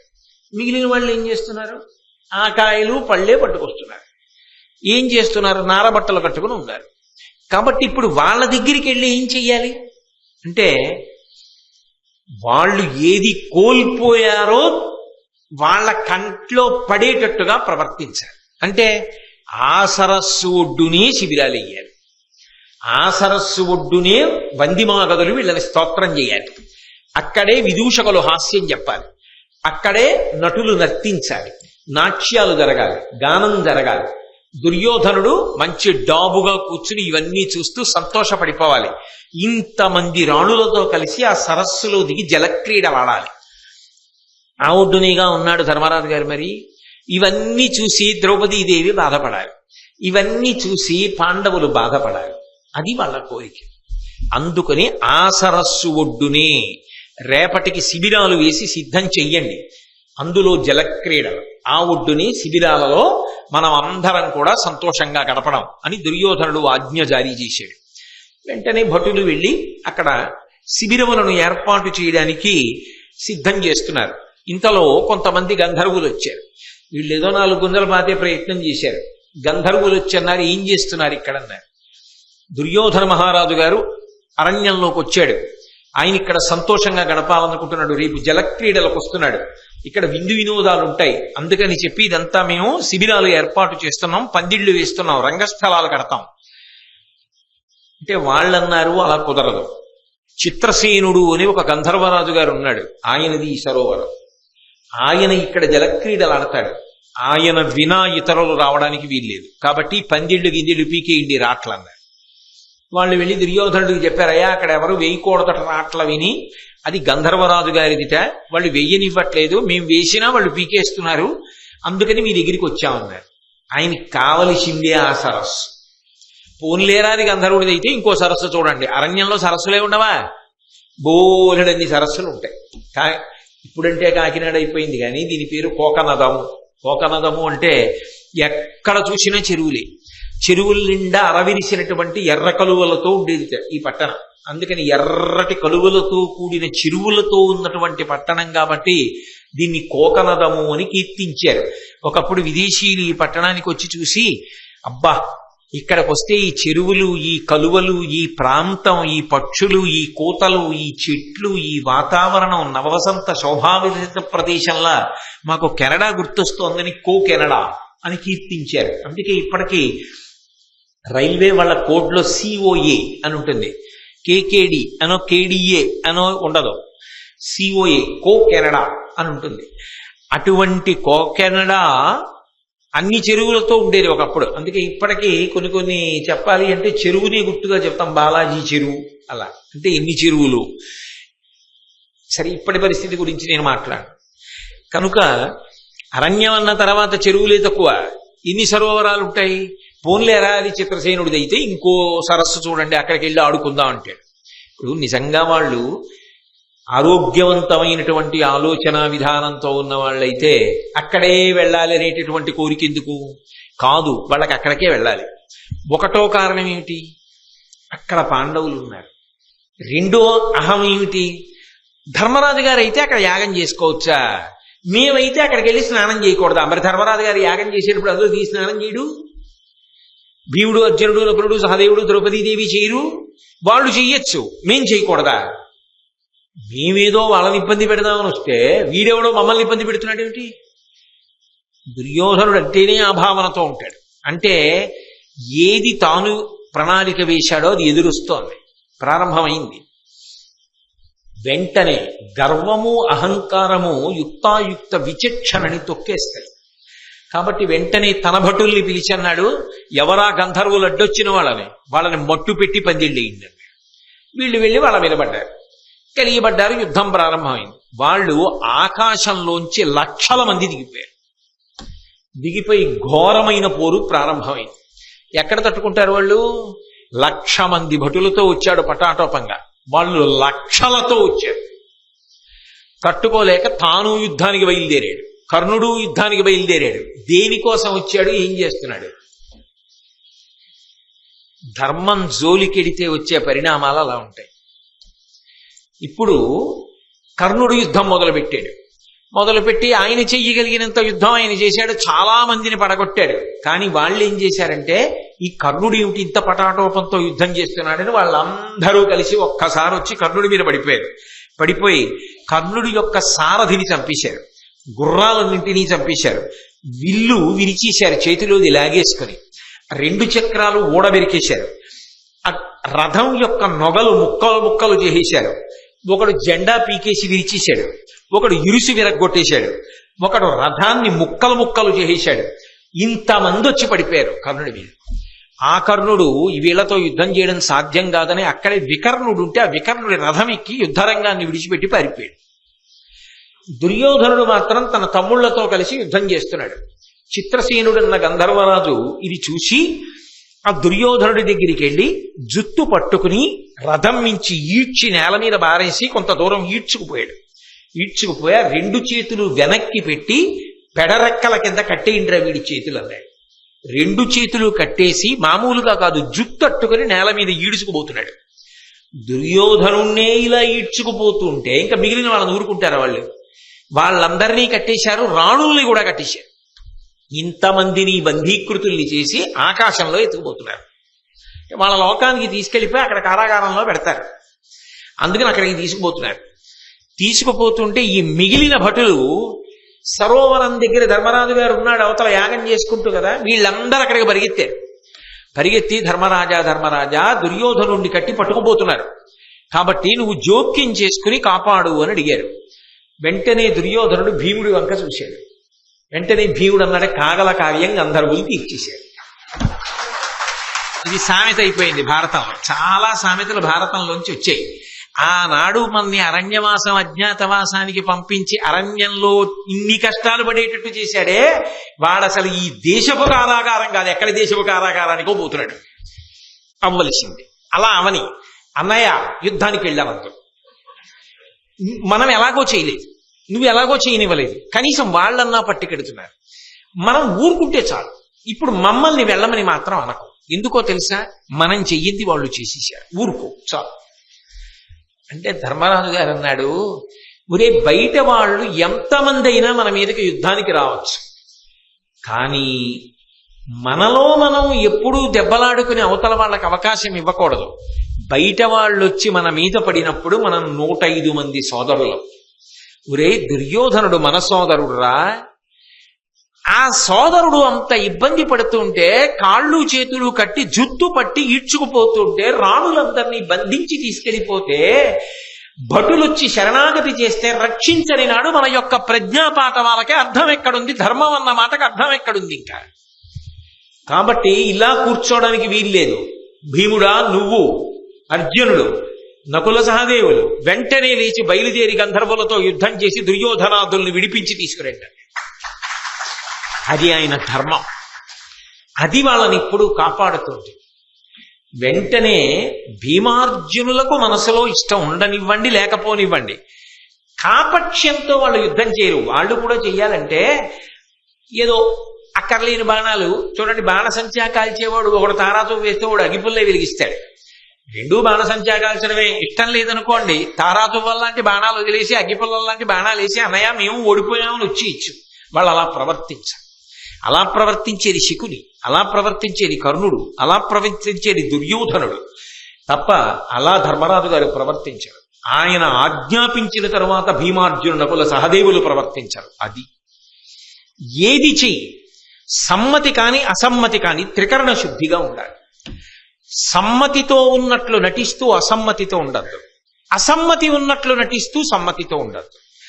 ఏదైనా అభిప్రాయము స్పష్టముగా ఉండాలి, నువ్వు చేసేది స్పష్టంగా ఉండాలి తప్ప రెండిటి యందు కాపక్ష్యముతో రుజుత్వం లేకుండా మాత్రం ఉండకూడదు. వెళతామన్నారు, అలాగే వెళ్ళి గంధర్వులతో యుద్ధం ప్రారంభం చేశారు. భయంకరమైనటువంటి యుద్ధం ప్రారంభమైంది. బళ్ళాస్త్రం, ఆగ్నేయాస్త్రం లాంటి అస్త్రములను అర్జునుడు ప్రయోగించి కొన్ని లక్షల మంది గంధర్వుల్ని పడగొట్టాడు. ఇక ఇలా కాదు, ఈ దుర్యోధనుణ్ణి, దుశ్శాసనుణ్ణి, రాణుల్ని వీళ్ళందరినీ కూడా కట్టకట్టి మనం ఇంకో లోకానికి తీసుకెళ్లిపోతే ఇబ్బంది ఉండదని చెప్పి ఆకాశ మార్గంలో చాలా దూరంగా తరలించేస్తున్నారు. అర్జునుడు చూశాడు, వీళ్ళు ఎక్కడ తీసుకెళ్లిపోతారో గంధర్వలోకానికన్న ఉద్దేశ్యంతో తన బాణముల చేత ఆ గంధర్వులు దుర్యోధనాదుల్ని తీసుకెళ్లడానికి వీలు లేని బాణ పంజరాన్ని నిర్మించాడు. ఇప్పుడు ఆ బాణ పంజరాన్ని గంధర్వులు దాటలేకపోయారు. అప్పుడు ఆ చిత్రసేనుడు అన్న గంధర్వరాజు మాయాయుద్ధం మొదలుపెట్టాడు. ఆయన కనపడకుండా యుద్ధం చేస్తాడు. అర్జునుడు ఎంత మాయాయుద్ధం చిత్రసేనుడు చేస్తున్నా ఆయన ఉన్న చోటు నుంచి వస్తున్నటువంటి శబ్దములు ఆనవాలుగా బాణములు వేసి ఆయన శరీరాన్నంతటినీ డుళ్ళగొట్టాడు. అప్పుడు ఆ చిత్రసేనుడు నలుగుడు పడిపోయిన శరీరంతో అర్జునుడికి కనపడ్డాడు. కనబడి, ఓ అర్జున, మనిద్దరం బాల్యమిత్రులం, నీకు అపకారం చెయ్యడం నా ఉద్దేశ్యం కాదు. నిజానికి ఈ దుర్మార్గపు దుర్యోధనుడు, ఈ శకుని, ఈ కర్ణుడు వీళ్ళు ఎందుకు వచ్చారో తెలుసా? ఘోషయాత్రకి వీళ్ళేదో అరణ్యానికి వచ్చి సంతోషంగా కాలక్షేపం చేయడానికో ఆవుల్ని కాపాడడానికో వచ్చిన వాళ్ళు కారు, మిమ్మల్ని అవమానించడానికి వచ్చారు. వీళ్ళు మిమ్మల్ని అవమానించడానికి వస్తున్నారన్న విషయాన్ని తెలుసుకున్న దేవేంద్రుడు వీళ్ళ పన్నాగం జరగకూడదని నన్ను పంపించాడు, వీళ్ళని బంధించి తీసుకురమ్మని. దైవము ఫలితమునిచ్చిన తరువాత కదా తెలిసింది. ముందు తెలిసిందా? తెలుస్తుందా? తెలీదు. అందుకని వీళ్ళని బంధీకృతుల్ని చేశాం. నువ్వు అనుమతించు, అడ్డుపడకవు, వీళ్ళని తీసుకెళ్లి దేవేంద్రుడి దగ్గర ప్రవేశపెడతా ఉన్నారు. అంటే అర్జునుడు అన్నాడు, మా అన్నగారి మాట ఉల్లంఘించడానికి వీల్లేదు, ఆయన ఆజ్ఞ శిరోధార్యం, మహానుభావుడు ధర్మరాజు. ఒరే, వెళ్ళి దుర్యోధనాదుల్ని విడిపించి తీసుకురండి అన్నాడు. నువ్వు దుర్యోధనాదుల్ని తీసుకుని మా అన్నయ్య దగ్గరికి రా, మా అన్నగారు ఏం చెప్తే చేద్దాం. సరే, వెంటనే తీసుకుని ధర్మరాజు గారి దగ్గరికి వచ్చారు. ధర్మరాజు గారు చిత్రసేనుడికి నచ్చ చెప్పి పంపించేశాడు. దుర్యోధనుడికి కట్లు విప్పేయమని భీమసేనుడితో చెప్పి కట్లు విప్పించి, మెత్తటి పులి చాలా గొప్పగా మాట్లాడతాడు, నాయన ఇటువంటి సాహస కార్యక్రమాలు ఇప్పుడు చెయ్యకు సుమా. ఇటువంటి సాహస కార్యక్రమాలంటే ఎటువంటి సాహస కార్యక్రమాలు అర్థం కాదేంటి దుర్యోధనుడికి. ఎలాగో అలా బ్రతికి ప్రాణాలతో బయటపడ్డాడు. ఏ ద్రౌపదీదేవి తన రాణుల్ని చూసి మనసులో పొందాలనుకున్నాడో ఆ రాణులందరి వంక ద్రౌపదీదేవి, మా ఆయన పెట్టిన భిక్ష మీ ప్రాణాలు, మీ ఐదోతనం అని చూస్తుండగా వాళ్ళు సిగ్గుపడ్డారు. తాను ఏవేవి అనుకున్నాడో అవన్నీ ఎదురొచ్చాయి. వాళ్ళందరూ బాధపడతారనుకున్నాడు, తను బాధపడ్డాడు. జీవితంలో పొందని అవమానం, అంత భయంకరమైన అవమానం పొందాడు. తిరుగులేదు, అర్జునుడిని చంపేస్తాడనుకున్న కర్ణుడు ఏమయ్యాడు? యుద్ధభూమిని విడిచిపెట్టి వికర్ణుడి రథం ఎక్కి పారిపోయాడు. నిజానికి విజయమో వీరస్వర్గమో వదిలిపెట్టి వెళ్ళిపోవడం సమర్థనీయం కాదు. ఏ కారణం చేత కూడా ప్రాణమే పోయినా యుద్ధం చేయవలసింది యథార్థానికి. కానీ మరి విడిచిపెట్టి వెళ్ళిపోయాడా లేదా? అయినప్పుడు ఇంత జరిగిపోయిన తర్వాత ఏడుస్తూ దిగులు పెట్టుకున్నటువంటి మనస్సుతో శిబిరానికి తిరిగి వచ్చాడు. ఏమీ చెయ్యలేక, ఎవరితో మాట్లాడకుండా, ఎంత పటాటోపంతో, ఎంత అల్లరి చేద్దామని వచ్చాడు, ఎంత పెద్దగా అక్కడ తన యొక్క వైభవాన్ని ప్రకటించాలని వచ్చాడు. అలాంటి వాడు రేపు శిబిరం ఎత్తి హస్తినాపురానికి వెళ్ళిపోవాలి. ఇంకా వెళ్ళిన తర్వాత ధృతరాష్ట్రుడంటే ఊరుకుంటాడేమో, ఊళ్ళో వాళ్ళు వీళ్ళని చూస్తూనే అవు పాపం, ఒంటి నిండా దెబ్బలు, బాగా వాచింది కూడాను, ఆ రాణుల ముఖాలు చూడండి ఎలా అయిపోయాయో, జుట్టు పట్టి ఇచ్చేశారట రాజుగారిని అని కథలు కథలుగా చెప్పుకుంటారా చెప్పుకోరా? ఒకడా ఇద్దరా? ఎంతమందిని తీసుకొచ్చాడు? పైగా ఒక్కడే వస్తే ఇంకోలా ఉండరు. ఇది బాగా ప్రచారం చేయడానికి ఎంతమంది అవసరమో అంతమందిని తెచ్చుకున్నాడు. వీళ్ళందరూ వెళ్ళి చెప్పరు. మిగిలిన వాళ్ళు ఏదని అడిగితే వాళ్ళందరూ చచ్చిపోయారంటారు. ఎందుకు చచ్చిపోయారంటే చెప్పరు ఇవన్నీ. మరి కర్ణుడు ఉన్నాడు కదరా మీ దగ్గరంటే ఇంకెక్కడ కర్ణుడు ఎప్పుడో పారిపోయాడని చెప్పరు. దుర్యోధనుడు ఏం చేశాడంటే ఏం చేయలేడు, జుత్తడు ఈడ్చుకుపోయారని చెప్పరు.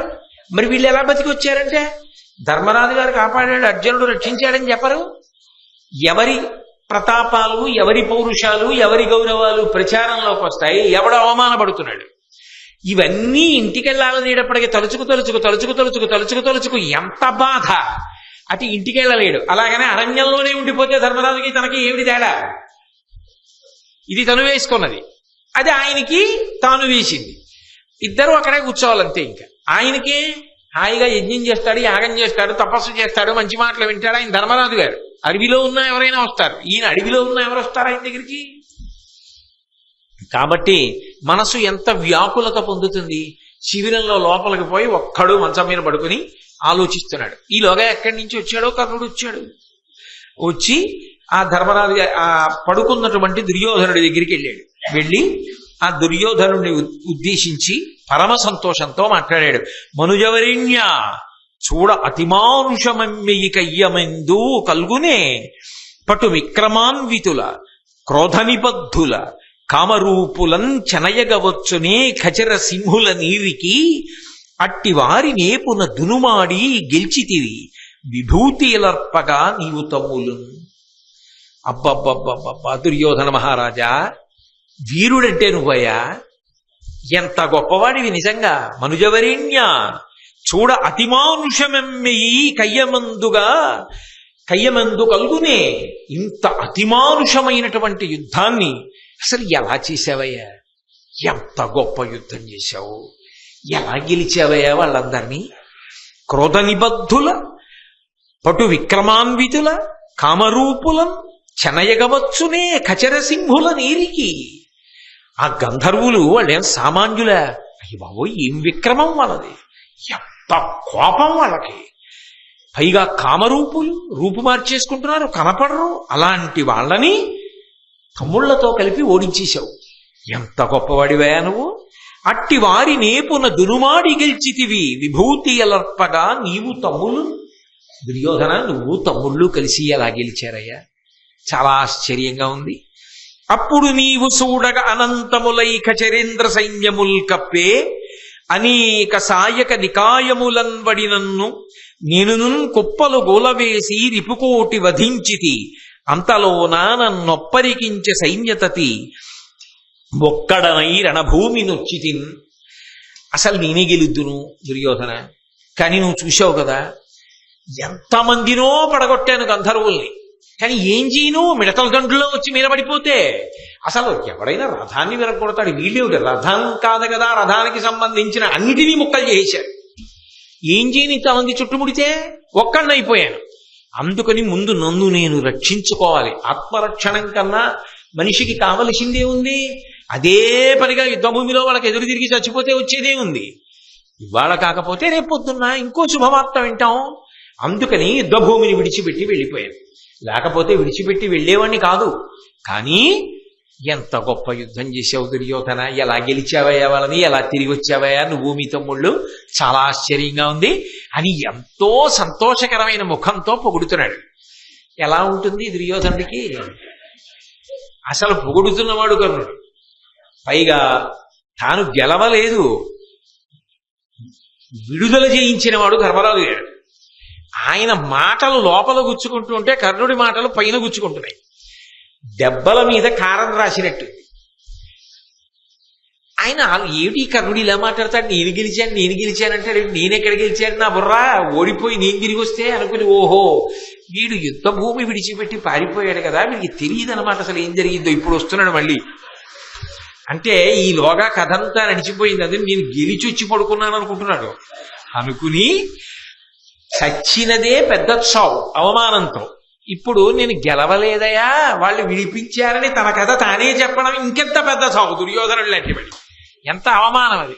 ఇప్పుడు ఎవరక్కడ అని పిలిచి చెప్పండి ఏం జరిగిందో అంటే ఏం బాగుంటుంది. మళ్ళీ తనే తిరుగుంటా.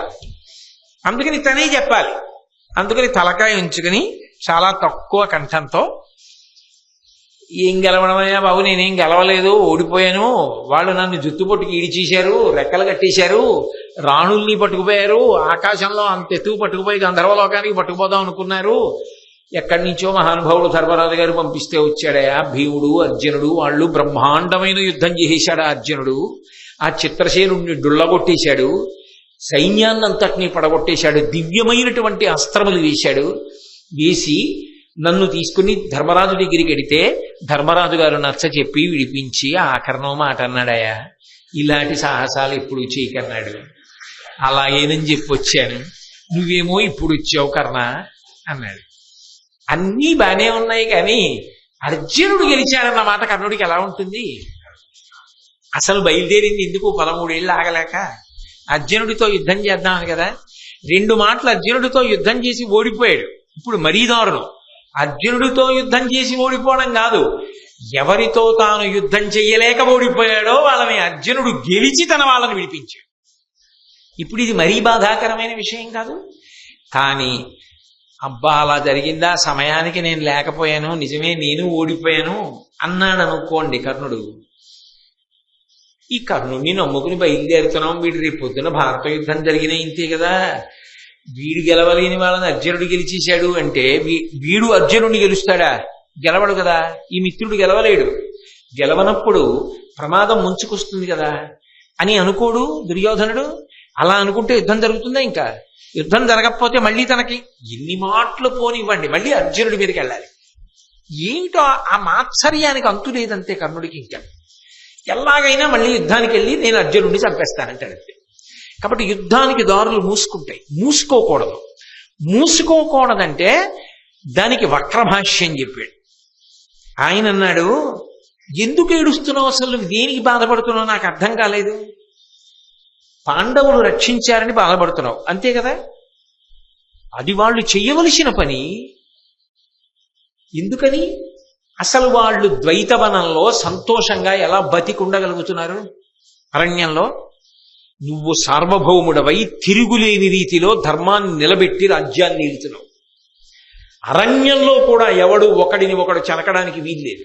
నీ పరిపాలన అటువంటిది. అందుకే అరణ్యంలో ఉన్న 5గురిని కాని ద్రౌపదీదేవిని కాని ఎవ్వరూ ఏ ఇబ్బంది కల్పించట్లేదు. ఎందుకని? వాళ్ళకి భయపడి కాదు. ప్రభువుకి తెలిస్తే ఇంకేమైనా ఉందా? ప్రభువు అధర్మం ఒప్పుకుంటాడా? రాజ్యమంతటా న్యాయం ఉండాలి, రాజ్యమంతటా ధర్మం ఉండాలి. అది అరణ్యంలోనైనా సరే తప్పు చేస్తే నువ్వు ఒప్పుకోవని ఎవ్వరు అడుగు ముందుకెయ్యరు. అందువల్ల వాళ్ళు ప్రశాంతంగా బతకగలుగుతున్నారు. అది నీ గొప్పతనమేగా. ఇక అలా బ్రతుకుతున్న వాడు నీ దేశంలో ప్రజల కింద లెక్కకొస్తారు. ఇప్పుడు వాళ్ళు ఏం చేయాలి? ప్రభువు మానమర్యాదలు కాపాడాలి. కాబట్టి ఇప్పుడు వాళ్ళ అదృష్టం పడింది, నిన్ను కాపాడుకోగలిగారు. నువ్వు భిక్ష పెడితే, నువ్వు రాజ్య పరిపాలన ఇంత బాగా చెయ్యగలిగితే క్షేమంగా ఉన్న పాండవులు ఇన్నాళ్ళకి నీ క్షేమానికి ఒక చిన్న కార్యం చేసి పెట్టారు. అది వాళ్ళ గొప్ప ఏమిటి? అది వాళ్ళ కర్తవ్యం. అసలు అలా వాళ్ళు ఉండగలిగారంటే నీ వల్లే. కాబట్టి ఇప్పుడు నీకేమర్థం అవ్వాలి? నీ వల్లనే వాళ్ళు అలా ఉండగలిగారు అని అర్థం అవ్వాలి. కాబట్టి నువ్వు సంతోషించవలసిన విషయం. ఏమైనా అర్థం ఉందా? ఎందుకు ఇంత తాపత్రయం అంటే, నువ్వు ఎందుకు వెళ్ళిపోయావు అన్న మాట రాకూడదు. అందుకని పాండవులు గొప్ప చేశారనుకో, అసలు వాళ్ళు చేయడానికి కారణం నువ్వంత ధైర్యంగా అలా ఎందుకు పరిపాలిస్తున్నావు? నీ వెనక నేను కింద పడ్డా పైన ఉన్నానన్నవాడిని ఇంకెవరేం చేయగలరండి? పోనీ అక్కడతో ఊరుకోలేదు. రాజ్యంలో ఉన్నటువంటి మిగిలిన జనులకే అటువంటి కర్తవ్యం ఉంటే దుర్యోధన మహారాజా, పాండవులకు ఆ కర్తవ్యం ద్విగుణీకృతంగా ఉంది. ఎందుకో తెలుసా? వాళ్ళు నీకు దాసులు. నువ్వు జూదంలో వాళ్ళని గెలిచావు. దాసులు ఏం చెయ్యాలి? తమ యొక్క ప్రభువుని కాపాడుకోవాలి. కాబట్టి ఇప్పుడు నీ దాసులు ఏం చేశారు? తమ ప్రభువుని కాపాడుకున్నారు. ఇందులో పాండవుల గొప్పే ఉంది. వాళ్ళు చెయ్యవలసింది చేశారు. ఇది చేయలేకపోతే తప్పు. మరి తను చేయింది అంటే తనది తప్పు కాదు. ఎందుకో తెలుసా? యుద్ధంలోకి వెళ్ళి ప్రాణం పోగొట్టేసుకోవాలా? ప్రాణమే పోగొట్టుకోక్కర్లేదు. యుద్ధంలో ఓడిపోయినప్పుడు యుద్ధ భూమిని విడిచిపెట్టి వెళ్ళిపోయారు. అదో మర్యాద, అదో గౌరవం. యుద్ధంలో అలా చేస్తారు కాబట్టి వెళ్ళాడు. ఇప్పుడు వచ్చానే, అప్పటికి నువ్వు అలాగే ఉంటే ఇప్పుడు మళ్ళీ చేద్దాం యుద్ధం, అది దాని అర్థం. కానీ ఇప్పుడు నేను వచ్చేటప్పటికి ఏమైంది, వాళ్ళు రక్షించేశారు, వాళ్ళు ఓడించేశారు. వాళ్ళు ఓడించేశారంటే అది వాళ్ళ గొప్ప ఏమిటి, నీ పరిపాలన. రెండు, అది వాళ్ళ కర్తవ్యం. దోసులు లేకపోతే ధర్మం పోతుంది. ధర్మం ధర్మరాజు గారికి ఇష్టం, అందుకు చేశాడు, తన పంతం చేశాడు. అంతేగాని వాళ్ళు ఏదో పెద్ద చేసేసారని, నీకేదో ఇబ్బంది వచ్చేసిందని, ఆ ఇబ్బంది నుంచి వాళ్ళు ఏదో నిన్ను గట్టెక్కిచ్చేశారని అలా ఆలోచిస్తాయేమిటి? అలా ఆలోచించడానికి అక్కడ పెద్ద విషయం ఏం లేదు, నువ్వు హాయిగా ఉండు అని ఆ దుర్యోధనుడితో అన్నాడు. ఒక అల్ప మనుజుక్రియ సోమకులోత్తమ, నీకు ఇట్లు మహనీయ సుఖ ప్రకృతియగు నిజ శరీరంబు అకట విడువ తలపనగునే అవిహిత బుద్ధిన్. ఎంత చెప్పినా దుర్యోధనుడు మాట అన్నాడు, అబ్బాయి నువ్వు ఎన్ని చెప్పినా కర్ణా నాకేమిటో అంత బాగా అతకట్లేదు. అలా వాళ్ళు దోసులు, వాళ్ళు నా ప్రజలు, నన్ను కాపాడాలి అలా అనిపించట్లా జరిగింది. ఆ చట్టంలో ఇమట్టల్లా.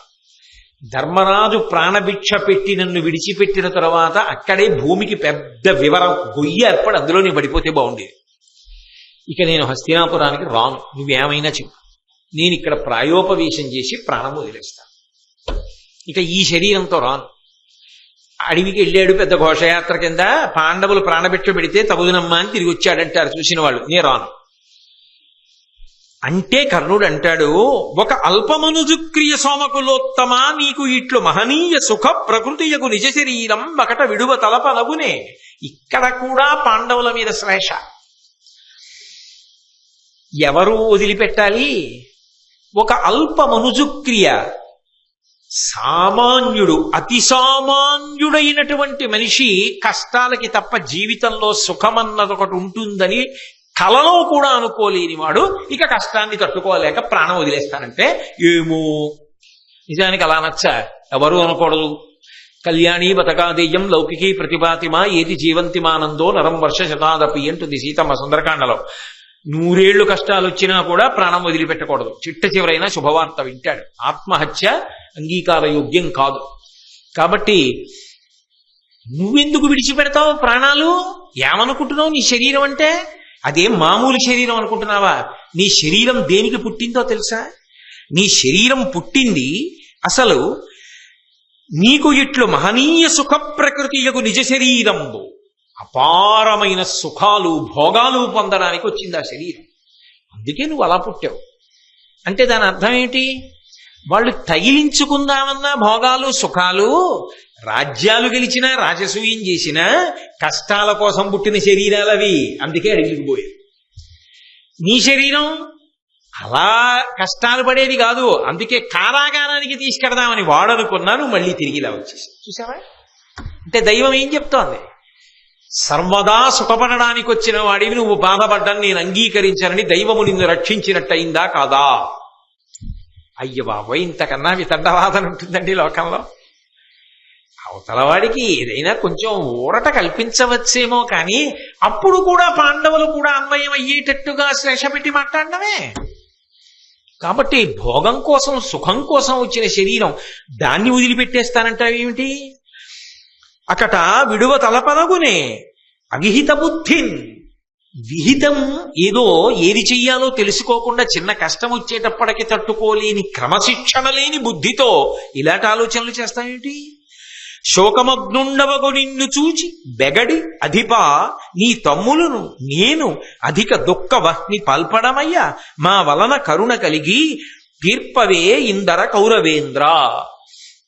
నువ్వు ఇలా శోకంతో అలమటించిపోతుంటే, ఇలా బాధపడిపోతుంటే, ఇలా సిగ్గుతో కుంచుకుపోయి లోపల గదిలోకి వెళ్ళిపోయి అలా మంచం మీద పడుకుని హస్తినాపురానికి వస్తానన్నావు, ఇక్కడ ఉంటానన్నావు, ఎవరితో మాట్లాడవు, ముఖమంతా ఎర్రగా అయిపోయి చీ చీ అంటూ నిద్రపోకుండా అడు తిరిగి ఇటు తిరిగి బాధపడిపోతుంటే నేను సంతోషంగా ఉంటానా? నీ తమ్ముళ్ళు సంతోషంగా ఉంటారా? ఎవరు సంతోషంగా ఉంటారు చెప్పు? కాబట్టి మనసు మళ్లించుకో, రా హస్తినాపురానికి.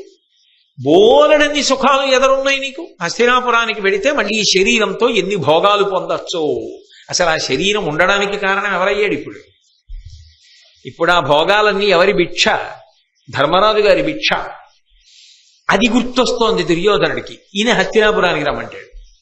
అందుకని కర్ణుడు ఎన్ని చెప్పినా వెళ్ళడానికి దుర్యోధనుడు ఇష్టపడ. ప్రదోషవేళయింది. స్నానం చేసి తాను నిర్వర్తించవలసినటువంటి విహిత కర్మలను పూర్తి చేసుకుని ప్రాయోపవేశానికి కూర్చున్నాడు. సమాధివిష్టుడై గర్భాసనం వేసుకుని కూర్చునున్నాడు. మాట మంతి లేదు. అలా కూర్చునుండగా ఇక చూశారు, ఈయన ధ్యానంలో ఉన్నాడు, మనం ఇప్పుడు ధ్యానభంగం చేయకూడదని అందరూ పక్కకెళ్ళి దుర్యోధనుడికి మళ్ళీ ఎలా ఉత్సాహం కల్పించాలి, ఎలా ఇంటికి తీసుకెళ్ళాలి, మళ్ళీ ఎలా కుట్రలు చెయ్యాలి, మళ్ళీ ఎలా పాండవుల్ని బాధ పెట్టాలి, పాండవులు బాధపడితే తప్ప ఈయన సంతోషపడ్డావు, ఏం చెయ్యాలి అని బయట నిలబడి అందరూ మాట్లాడుకుంటున్నారు. ఈలోగా అక్కడ కనపడని వాళ్ళు ఒకళ్ళు బాధపడ్డారు. ఎవరు వాళ్ళంటే రాక్షసులు. వాళ్ళు పాతాళ లోకంలో ఉంటారు. వాళ్ళందరూ అత్యవసర సమావేశం ఒకటి నిర్వహించారు. ఒరే, దుర్యోధనుడు ప్రాయోపవేశం చేశాడు, అవమాన భారంతో ఉన్నాడు, హస్తినాపురానికి వెళ్లే ఉద్దేశ్యంతో లేడు, కాబట్టి శరీరం వదిలిపెట్టేస్తాడో ఏమో. శరీరం వదిలిపెట్టేస్తే ప్రమాదం ఏర్పడుతుంది. ఇప్పుడు ఎలా దుర్యోధనుణ్ణి తీసుకొచ్చి మాట్లాడడం కుదరదు, మనం వెళ్ళి మాట్లాడడం కుదరదు, కాబట్టి ఒక ప్రయోగం చెయ్యాలి అని శుక్రాచార్యుల వారిని పిలిచారు. పిలిచి ఒక అభిచార హోమం చేయించారు. ఆ అభిచార హోమ కుండంలోంచి ఒక కృత్య ఆవిర్భవించింది. ఆ కృత్య ఏ శాసనం మీద నన్ను సృజించారని అడిగింది. నువ్వు ఎవ్వరికీ కనపడకుండా ద్వైతవనంలో శిబిరంలో సమాధి స్థితిలో కూర్చుని ఉన్నటువంటి దుర్యోధనుణ్ణి కౌగిలించుకొని ఎలా ఉన్నవాణ్ణి అలా ఎత్తుకొచ్చేసి పాతాళ లోకంలో ప్రవేశపెట్టు. వెంటనే ఈ కృత్య వెళ్ళి దుర్యోధనుణ్ణి కౌగిలించుకొని కదిపి ఎవ్వరికంటా పడకుండా నిశ్శబ్దంగా పాతాళ లోకానికి తీసుకెళ్ళిపోయాడు. ఆయన కళ్ళు తెరిచాడు. ద్వైతవనంలో లేడు, పాతాళాల్లో రాక్షసుల మధ్యలో ఉన్నాడు. ఆ రాక్షసులందరూ చుట్టూ కూర్చుని ఉన్నారు. పాండవులైతే భయం కానీ రాక్షసులైతే భయం ఏముంది. కాబట్టి ఆ రాక్షసులందరూ దుర్యోధనుణ్ణి ఉద్దేశించి మాట్లాడారు. మహానుభావాలు, ఇలా శరీరాన్ని విడిచిపెడతానని చెప్పి హఠం చెయ్యడం మంచి పద్ధతి కాదు. ఎందుకనంటే మాకొక ఉత్తముడైన నాయకుడు కావాలి. వాడు మమ్మల్ని, మా అంశలలో పుట్టిన వాళ్ళని, చనిపోయిన వాళ్ళ అంశంలో వచ్చిన వాళ్ళని, వీళ్ళందరినీ యుద్ధరంగంలో నడిపించగలిగినటువంటి గొప్ప రాక్షసుడు మనుష్య శరీరంతో రావాలని మేము గొప్ప తపస్సు చేశాం. ఒకప్పుడు పార్వతీ పరమేశ్వరుడు ప్రత్యక్షమై మా యొక్క కోరికని మన్నించాలనుకున్నారు. అప్పుడు అనుగ్రహించారు, మీకొక నాయకుణ్ణి పంపిస్తున్నాను అని. ఆ నాయకుడే నువ్వు మా అందరికీ నాయకుడవు.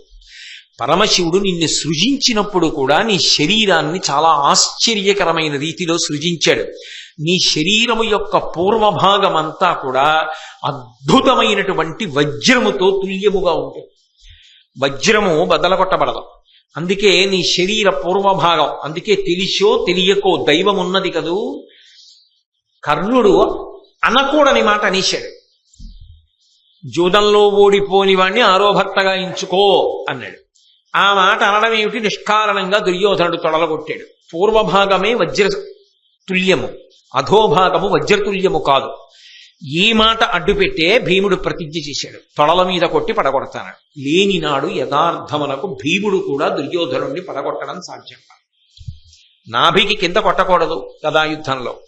నాభికి కింద కొడితే పడడు, నాభికి పైన కొడితే అస్త్రములు కూడా పనిచేయవు. ఎందుకంటే అది పరమశివుడు వజ్రతుల్యంగా తయారు చేసిన శరీరం. ఎవరు తపస్సు చేసినా అనుగ్రహించాలి. అందుకని రాక్షసుల కొరకు సృజింపబడిన అపూర్వ శరీరం. పైకి అలా కనపడదు.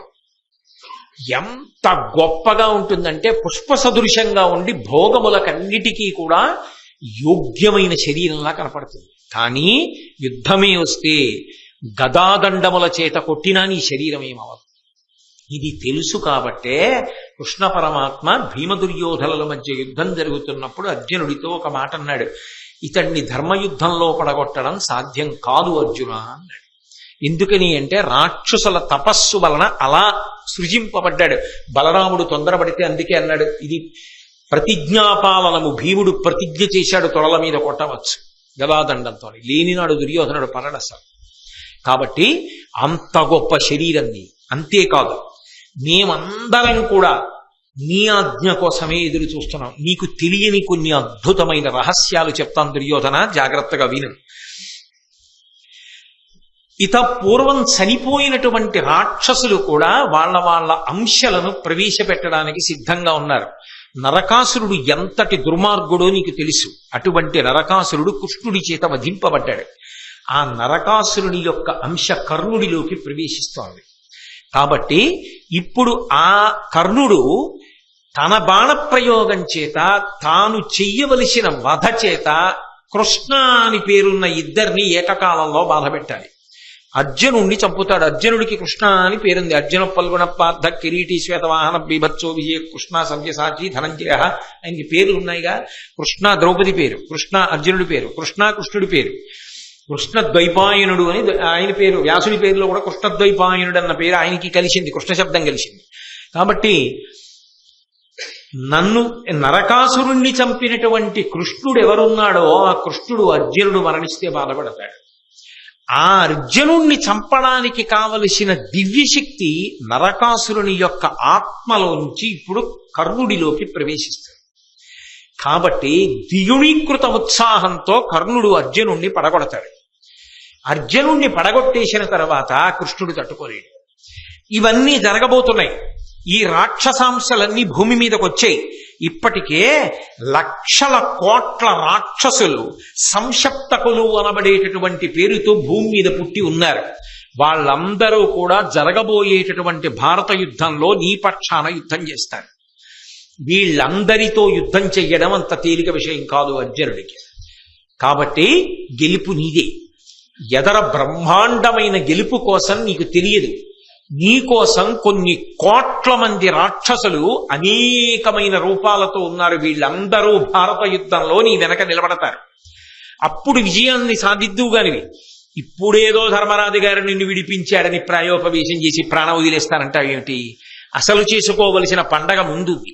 దానికి నువ్వు సంతోషంగా ఉండాలి తప్ప నువ్వు ప్రాయోపవేశం చేసి శరీరం వదిలేస్తే మేమందరం పార్వతీ పరమేశ్వరుల గురించి తపస్సు చేసి అద్భుతమైనటువంటి నాయకుడిని ఇమ్మని అడిగి పూర్వభాగం అంతా వజ్ర సదృశమైన శరీరం కలిగినటువంటి నిన్ను నాయకుడిగా సృజింప చేసి సంతోషించడం మాకెందుకు చెల్లుతుంది? కాబట్టి నువ్వు ప్రాణములతో ఉండాలి. కాబట్టి ఏ విధమైన బాధ పొందవద్దు. ఏమీ తెలియని వాళ్ళ హస్తినాపురానికి వెళ్ళిపో. ఎవరు ఏమను నువ్వు పట్టించుకో. వాళ్ళకి తెలియదు అసలు రహస్యం అనుకున్న వేసుకోండి. ఎంత ఆనందపడిపోయాడో. అబ్బా, నాకు తెలియదు ఇంతమంది రాక్షసులు ఉన్నారా నా గురించి. అప్పుడైనా ఒక ఆలోచన రావాలి కదూ. ఇంతమంది రాక్షసుల్ని, ఇంత అధర్మాన్ని వెనక పెట్టుకుంటే ముందు ధర్మం నిలబడిన తరువాత నిలబడుతుందా? పర్వతమంత దూది కుప్ప వేసి అవతల ఉన్నది చిన్న నిరుసే కదండి, చిన్న నిప్పు కడికే కదా, నా దగ్గర దూది పర్వతం ఉంది కదా అంటే దాంట్లోకి పెద్ద దావాగ్ని పడాలా? నిప్పు నెరుసు చాలదు దూది పర్వతంలో పడిన తర్వాత కాల్చేయడానికి. ఇది దూది పర్వతం అధర్మం వల్ల, అది నెరుసు ధర్మం వల్ల. అది నెరుసైనా దీన్ని కాల్చేస్తుంది. ఎందుకని అంటే ఇది దూది పర్వతం, ఇది అధర్మం. అప్పుడైనా తెలుసుకోవాలి కదా. అంటే యథార్థమునకు ధర్మమునందు పరమ పూనిక కలిగిన వాడైతే ఆ మాట ఆలోచిస్తాడు. అసలు ఆ పూనిక ఎక్కడుంది? లేదుగా. అందుకే తాపక్ష్యమునకు పరాకాష్ట ఏమిటో తెలుసా? ఆయన ఇవన్నీ విని అనుకున్నాడు ఇది కర్ణుడికి కూడా చెప్పద్దు. ఎందుకు చెప్పకూడదు అంటే, ఓహో నేను ఇందుకే పుట్టాను, నా వెనక ఉండే వాళ్ళందరూ రాక్షసులే అన్న భావన కలగకూడదు. చాలా ఉత్తముడిలాగే నేను కనపడాలి, నేను చాలా మంచివాళ్ళలాగా ఉండాలి. అంతేగాని రాక్షస స్వభావం నా ఎందున్నది అన్న విషయం నా నోటితో నేను చెప్పకూడదు. అందుకే కర్ణుడికి కూడా చెప్పాల. ఎంత గొప్ప స్నేహాలో చూడండి. వెంటనే ఆ కృత్య దుర్యోధనుడు బ్రతకడానికి అంగీకరించగానే మళ్ళీ ఆయన్ని యథాస్థానంలోకి తీసుకొచ్చి కూర్చోబెట్టింది. ఏమీ ఎరగని వాళ్ళ మళ్ళీ ఆ దర్భల చాప్ మీద అలాగే ఉన్నాడు. కొంతసేపు అయిపోయిన తర్వాత కళ్ళు తెరిచారు. వీళ్ళు లోపలికి వచ్చారు. వాళ్ళు అనుకుంటున్నారు ఇలాగే ప్రాయోపవేశంలో ఉండిపోతాడో ఏమిటో, ఇలాగే ప్రాణాలు వదిలేస్తాడో ఏమిటో అని వాళ్ళు బెగ్గబెట్టుకుని మళ్ళీ కర్ణుడు వచ్చి దుర్యోధనుడి దగ్గరికి, చచ్చి విరోధుల్ని ఏం సాధిస్తావు? చచ్చిపోయావు అనుకో ప్రాయోపవేశంలో, విరోధులు ఏమంటారు? నవ్వుతారు. ఎందుకు నవ్వుతారు? అటు గెలవనూ లేకపోయాడు, ఇటు మేము గెలిచి విడిపిస్తే అవమానం తట్టుకోలేక చచ్చిపోయాడు. ఇంకెవడు తప్పిస్తాడు? వాడి చావు ఇంకొక రకంగా మేం తప్పించాం, కానీ వాడంతట వాడే చచ్చిపోతానంటే మేమెక్కడ తప్పించాం? కాబట్టి మేం తప్పించలేం. కానీ నువ్వు చచ్చిపోయావన్న విషయం మాత్రం శత్రువులు సంతోషించడానికి కారణం అవుతుందా అవదా? అంటే చచ్చైన శత్రువుల్ని సంతోషపెడతావా చెప్పు? ఒక్కనాటికి పెట్టడం. ఒక్కొక్కడి తీరు ఎలా ఉంటుందంటే, ఓ 10 రూపాయలు అప్పు ఇవ్వండి, ఇవ్వకపోవచ్చు. కాస్త పంచదార ఇవ్వండి, ఇవ్వకపోవచ్చు. మీ పాత బట్ట ఏమైనా ఉంటే ఇవ్వండి, ఇవ్వకపోవచ్చు. ఏమంటే 4 రోజులు హాయిగా ఒళ్ళు వేడిగా ఉంటే పడుకోవాలనుంది, జ్వరం వచ్చిందంటే ఎవడో నా జోలికి రాడు కదా, అందులో 4 రోజులు జ్వరం వస్తే బాగుండనుంది. ఇంకా నాకు జ్వరం రావట్లేదు, మీకు జ్వరం వచ్చింది కదా, మీకు జ్వరం తగ్గితే పనులు చేసుకుంటానంటున్నారు కదా, ఒక్క 4 రోజులు మీ జ్వరం నాకు ఇచ్చేయండి అంటే, నా జ్వరం నేను దిగిస్తాను అంటాడు. నా అన్నది జ్వరం కూడా ఇవ్వడవాడు. అలా దుర్యోధనుడు ఏమిటంటే చచ్చి కూడా పాండవులు సంతోషించడానికి వీల్లేదు. అందుకు ప్రయోగించాడు కర్ణుడు ఈ మాట. ఆ పిచ్చి కర్ణుడికి తెలీదు, ఆ కూర్చున్నవాడు ఎప్పుడో పాతాళానికి వెళ్ళొచ్చేసాడు, వాడేమి ఇప్పుడు చచ్చిపోవడానికి సిద్ధంగా లేడు. అందుకు మాట్లాడుతున్నాడు. అక్కడికి వెళ్ళొచ్చానని దుర్యోధనుడు చెప్పడం, కానీ చచ్చిపోయే వాళ్ళే నటిస్తున్నాడు ఇప్పుడు. అయ్యి బాబోయ్, మనుష్యుల మధ్య ఎంతంత కాపట్యాలండి, వాళ్ళ మధ్య వాళ్ళకే అరమరికలు. అదే పాండవులైతే ఇష్టం లేదు నిజానికి యుద్ధం చెయ్యడం, దుర్యోధనుడిని విడిపించడం. కానీ ధర్మరాజు గారు ఆజ్ఞాపిస్తే చేసింది త్రికరణ శుద్ధిగా చేస్తారు, వాళ్ళలా చేయరు. కాబట్టి ప్రాణాలతో ఉండు, దుఃఖాన్ని విడిచిపెట్టు, నిర్వేదాన్ని విడిచిపెట్టు. దెబ్బ తిన్నావని నువ్వు అనుకుంటే మళ్ళీ దెబ్బ ఎలా కొట్టాలని ఆలోచించు. అంటే ఏం చేయాలి? మళ్ళీ ఏదో యుద్ధం చేయాలి. నేనున్నానుగా వెనకాల. ఎప్పుడూ ఆ మాట అనడానికి సిద్ధంగా ఉంటాడుగా. ఏమిటి నీ బాధ? అర్జునుడు గంధర్వుల్ని ఓడించాడు, చిత్రసేనుణ్ణి ఓడించాడు, నిన్ను విడిపించాడు, అంతేనా నీ బాధ? ఆ అర్జునుణ్ణి యుద్ధంలోనే చంపేస్తా, చాలా. నేను పూర్వం మాటగా చెప్పా, నువ్వు నమ్మవు. ఎందుకని? ఇప్పుడు కర్ణుడి మనసులో ఒక దిగులుంది. ఇప్పుడు దుర్యోధనుడి మాట అలా ఉంచండి, తన ప్రతిష్ఠ చితికిపోయింది కదా. కర్ణుడి మాట వింటాడు, వెళ్ళగానే ముందు పెద్ద ఆయన భీష్ముడు ఏమంటాడు? వీడిని నమ్మి వెళ్ళేవి ఏం చేసాడు వీడు అంటాడా? అందుకని మళ్ళీ కూడా తీసుకోవాలి. దుర్యోధనుడికి మనం గెలవగలమన్న నమ్మకాన్ని నిలబెట్టాలి. నిలబెడితే తప్ప యుద్ధం జరగదు. అనుమానం ఉండిపోయింది అనుకోండి, వీడు ఓడిపోయాడు, అర్జునుడు గెలిచాడు కదా, వీడిని నమ్మి ఎలా పెడతామన్నాడు అనుకోండి, యుద్ధం జరగదు. యుద్ధం జరగకపోతే తాను అర్జునుడితో యుద్ధం చేయడం కుదరదు. జరగాలంటే యుద్ధం నమ్మకం ఉండాలి దుర్యోధనుడికి. దుర్యోధనుడి నమ్మకం నిలబెట్టుకోవాలంటే ఇప్పుడు మామూలు మాట కాదు, శపథం చేయాలి. ఎలాగో దానికి సిద్ధమేగా అర్జునుడిని చంపుతానని. అందుకుని అన్నాడు, మది అర్జును చూచి భయం బొద వినయది నీకు, వాని ఉగ్రరణమునన్ 14 జయించదా, ఆయుధమంటి ప్రతినశేసి తినతిపా. దుర్యోధన, నాకు బాగా అర్థమైంది, నీ చచ్చిపోతా అని నువ్వు ఎందుకు అంటున్నావో తెలుసా? నిజానికి నీకు అర్జునుడి గురించి మనసులో బెంగ పట్టుకుంది. అర్జునుడి గురించి బెంగ పట్టుకోలేదు, కర్ణుడు ఏమీ చెయ్యలేడేమో అని బెంగ పట్టుకుంది. అసలు నిజంగా పట్టుకుంటే కదా, అలా పట్టుకుందేమో అని కర్ణుడికి అనుమానం. అందుకని నేనేం చేయలేనని బెంగ పెట్టుకుంటున్నావా అంటలేదు. అర్జునుడు ఏమైనా చేసేస్తాడని బెంగ పెట్టుకుంటున్నావా అంటే, అర్జునుడి మీద పగ దుర్యోధనుడికి చల్లారకూడదు. అందుకే యుద్ధం వైపుకే నడవాలి దుర్యోధన దృష్టి. అందుకని చాకచక్యంగా అన్నాడు, మది అర్జును చూచి భయంబొద వినయది నీకు, వాని ఉగ్రరణంబునన్. ఆ అర్జునుండి రాబోయేటటువంటి కాలంలో 14వ సంవత్సరంలో బ్రహ్మాండమైన యుద్ధం జరిగినప్పుడు నేను 14 జయించదా, అర్జునుండి జయిస్తాను. ఆయుధమంటి ప్రతినశేసిత నధిపా, ఆయుధం మీద చెయ్యి పెట్టి ప్రతిజ్ఞ చేస్తున్నా, అర్జునుణ్ణి గెలిచి తీరుతా. దుర్యోధన మహారాజా, నువ్వు బెంగ పెట్టుకో, అర్జునుడి గురించి మనసులో బెంగ తీసేయి. నిజంగా ఉంది ఆయనకి ఇప్పుడు, ఆయనకేం లేదు. ఎందుకంటే పాతాళానికి తీసుకెళ్లి రాక్షసులు చెప్పారు కదా, వాళ్ళు చెప్పారు అసలు విషయం. నరకాసురుడి అంశ కూడా కర్ణుల్లో ప్రవేశిస్తోంది, బెంగ పెట్టుకోకని చెప్పారు. కాబట్టి కర్ణుడి మీద విశ్వాసం దుర్యోధనుడికి ఉంది, పోయిందేమో అని బెగబెట్టుకుంటున్నవాడు కర్ణుడు. అందుకని ఓ ప్రతిజ్ఞ కూడా చేశాడు. చేసి అనుకుంటున్నాడు, ఇప్పుడు దుర్యోధనుడు నన్ను నమ్మాడు, ప్రతిజ్ఞ కూడా చేశాను కదా, కాబట్టి అర్జునుడిని కొట్టి తీరుతాననుకుంటున్నాడు. ఇప్పుడంటే యుద్ధం చేయలేకపోవడానికి కారణం అంతమంది వచ్చి మీద పడిపోతారా మరీ అన్యాయంగా, అందుకని రథం కూడా విరిచేస్తే ఏం చేయనండి, వెళ్ళిపోయాను. మళ్ళీ వచ్చాను కదా, అప్పటికేమో ఈయన్ని పట్టుకోవడం, కట్టేయడం, తీసుకెళ్ళిపోవడం, వదిలిపెట్టేయడం అయిపోయింది. ఇంక నేనేం చేయను అని ఏదో సమర్థించుకోవడానికి అవకాశం. నిజంగా లోపల ఎవడంతరాత్మక వాడికి తెలియదు. కానీ ఇంకొక అవకాశం, ఇంకొక అవకాశం, ఇంకొక అవకాశం, అలా నేను ప్రతిజ్ఞ చేశాను అనేటప్పటికీ దుర్యోధనుడు లోపల ఇంకా సంతోషించాడు. ఆహా, పాతాళానికి తీసుకెళ్లి రాక్షసులు చెప్పారు, నేను అది కర్ణుడికి చెప్పలేదు, కానీ కర్ణుడి శపథం కూడా చేశాడు, కాబట్టి పాండవుల్ని చంపేస్తాం. ఆయన వెర్రి అయింది, ఈయన వెర్రి అయింది. కాబట్టి ఇప్పుడు అందరూ సంతోషంగానే ఉన్నారు. కాబట్టి ఇప్పుడు రాక్షసులు చెప్పారుగా, హాయిగా వెళ్ళిపో హస్తినాపురానికి. ఏమంటారు అందరూ? వీళ్ళు అక్కడ ఓడిపోయి ఇచ్చాడంటారు. వాళ్ళకేం తెలుసు, ఎదరు నువ్వు గెలవబోతున్నావు, నీకోసం ఇంతమంది రాక్షసులు పుట్టారని. కాబట్టి వాళ్ళకేం చెప్పకు, ఓ నవ్వు నవ్వే అంతే, ఊరుకో. నీకు తెలుసుగా ఎదర గెలుపు నీదేనని, వాళ్ళందరూ వెళ్ళిపోతారని. కాబట్టి ఆయన సంతోషంగా ఉన్నాడు. కర్ణుడు, దుర్యోధనుడు, సరేలేమయ్యా నీ మాట ఎందుకు కాదంటాను, నువ్వు నా ప్రాణమిత్రుడివి, ఇంత చెప్తున్నావు కదా, హస్తినాపురానికి వచ్చేస్తానన్నాడు కర్ణుడిని ఇంకా దగ్గరికి తీసుకోవడానికి. కర్ణుడు, చూసావా దుర్యోధనుడి పుటలో పెట్టగలిగాను, నా మాట మీద నమ్మకం ఉంది, పర్వాలేదు, ఓడిపోయినా ఈ పూడి కొంచుకోగలిగాను ప్రతిజ్ఞ చేయడం వల్ల. కాబట్టి కురుపాండవుల మధ్య సఖ్యత కుదరదు, యుద్ధమే జరుగుతుందిలే. కర్ణుడు సంతోషంగా ఉన్నాడు.